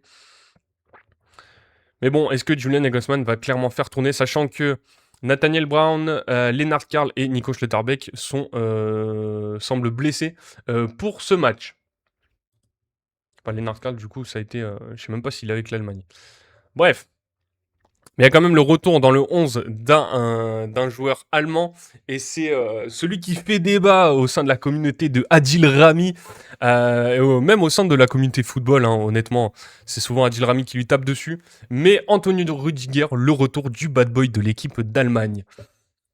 Alors, l'Allemagne va gagner tous les matchs. Le football a été inventé pour que l'Allemagne gagne. Ouh là là, attention. Hein. L'Allemagne n'a aucune équipe qui lui arrive à la cheville. Ok. L'Allemagne, ils sont boostés cette année. Bon, attention, faut pas s'enflammer totalement non plus contre cette équipe d'Allemagne. Hein. Ils se sont imposés 7-1 contre le Curaçao. Ils ont galéré contre la Côte d'Ivoire. Et là, on verra contre l'Équateur. Hein. Tout est à relativiser quand même. Hein. Devenu un 3e choix en défense centrale de l'Allemagne, le joueur du Real Madrid, Antonio Rudiger, devrait retrouver une place de titulaire après la blessure de Nico Schlotterbeck, forfait pour le reste de la Coupe du Monde. On rappelle aussi Antonio Rudiger, hein, qui a re-signé 1 an du côté du Real, hein, parce que José Mourinho l'a validé, hein, donc pourquoi pas lui aussi revenir dans les starting blocks en faisant une grosse saison du côté du Real la saison prochaine. C'est un article de Baptiste Chaumier pour l'équipe. Les Allemands doivent trouver une autre planète pour jouer le foot sur planète Terre, ils massacrent. Waouh, ok, on a un cyborg en fait. Merci à Yoko Kora pour le follow, bienvenue dans la communauté Hattrick, merci beaucoup. Si l'Allemagne ne préserve pas ses joueurs, normalement, ils gagnent l'Équateur 3-0. À voir. Julian Nagelsmann aime peut-être les paris risqués, comme un joueur de poker qui tente des coups osés pour mieux masquer les carences de ses mains. Le sélectionneur allemand a effectué des choix discutés pour cette Coupe du Monde, avec notamment la convocation de Joshua Kimmich pour occuper le couloir droit, lui qui ne veut pourtant plus jouer à ce poste. L'ancien coach du Bayern Munich a dû user de diplomatie et d'arguments sur l'intérêt suprême du collectif pour convaincre son capitaine. Il est confronté à un nouveau dilemme avec la blessure de Nico Schlotterbeck. Il n'a plus aucun défenseur central gaucher dans son groupe. Rudiger, plus titulaire depuis des mois. Le joueur du Borussia Dortmund touché au ligament d'une cheville a dû déclarer forfait pour le reste de la compétition. Et c'est un vrai coup dur quand il s'est imposé comme le parfait complément de Jonathan Tah. Son remplaçant le plus naturel est un ancien cadre qui vient de traverser des mois agités. Antonio Rüdiger. Le natif de Berlin sort d'une saison délicate et il n'a plus été titulaire en sélection depuis 10 mois et la fenêtre de septembre. Il avait notamment vécu un calvaire, une défaite face à la Slovaquie en ouverture des éliminatoires du mondial où il a été impliqué sur les 2 buts encaissés. Donc ça, c'était en 2022. Rüdiger a disparu des 11 de départ ensuite, la faute à des pépins à répétition, mais sa réputation de bad boy l'a toujours poursuivi au pays, où ses frasques et ses ruades ne prêtent plus vraiment à sourire. Après un coup de genou au visage d'un adversaire face à Getafe en mars, il a même été question de son exclusion de l'équipe nationale pour la prochaine Coupe du Monde dans plusieurs médias allemands. Une histoire contrariée avec la sélection. Nagelsmann n'a pas été jusque-là conscient du potentiel athlétique de son joueur et de la crainte qu'il inspire chez ses adversaires de sa soif de revanche. Peut-être aussi, malgré ses 84 caps, Rüdiger entretient une histoire contrariée avec la sélection allemande où il a manqué des rendez-vous majeurs avant de participer à des échecs historiques. Après sa première apparition sous le maillot de la National Mannschaft, en mai 2014, il n'avait pas été convoqué pour la Coupe du Monde 2014, puis avait manqué l'Euro 2016 sur blessure, une fragilité ou une malchance qui l'a poursuivi tout au long de sa carrière.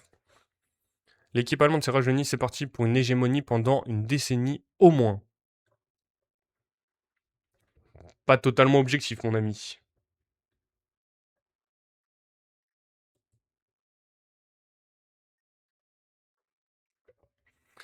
Il a été ensuite des campagnes aux mondiaux 2018 et 2022 marquées par des éliminations dès le premier tour de la compétition, du jamais vu en Allemagne.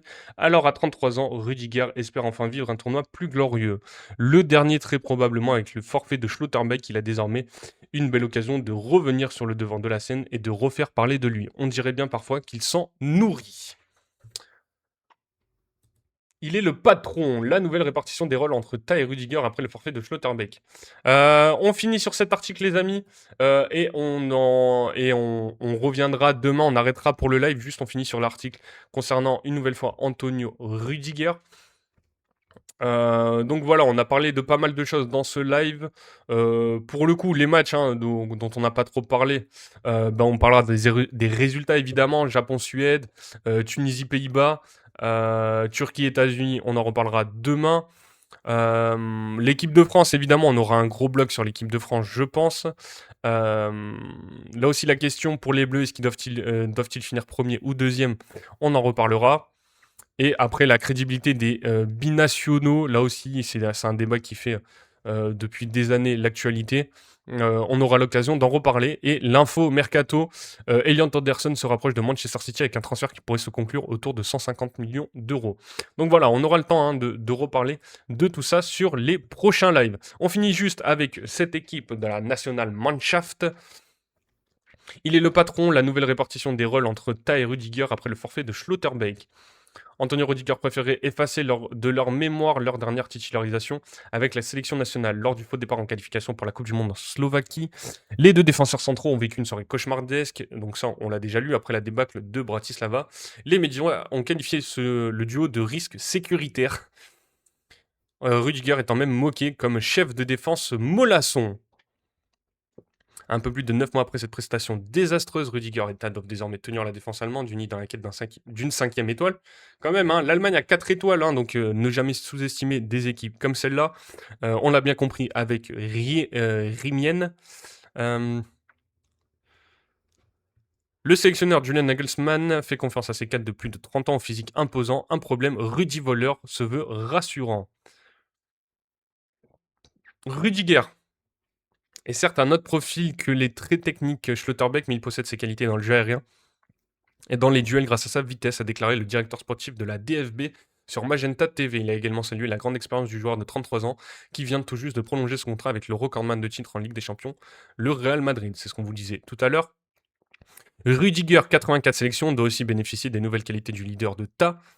La seconde période contre la Côte d'Ivoire est encourageante, même si Ta et Rüdiger n'ont pas encore parfaitement trouvé leur automatisme. La sélection allemande n'a pas encaissé de but à renverser la rencontre.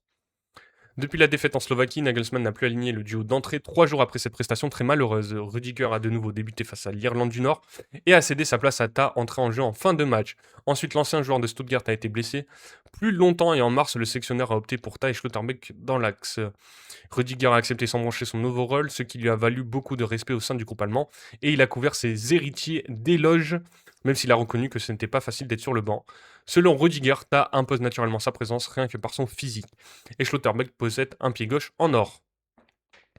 Rudiger accès expérimenté pour dépanner. C'est justement là que Jürgen Klopp voit un problème. Nous avons l'habitude que Schlotterbeck porte le ballon au milieu, puis joue à gauche ou en diagonale. C'est un élément important du jeu, mais sans lui, nous ne pouvons plus jouer cette diagonale, a-t-il expliqué. Rudiger a vraiment bien assuré lors de son retour express. Il est assez expérimenté et évolue depuis des années au plus haut niveau, mais on ne peut pas lui greffer un pied gauche.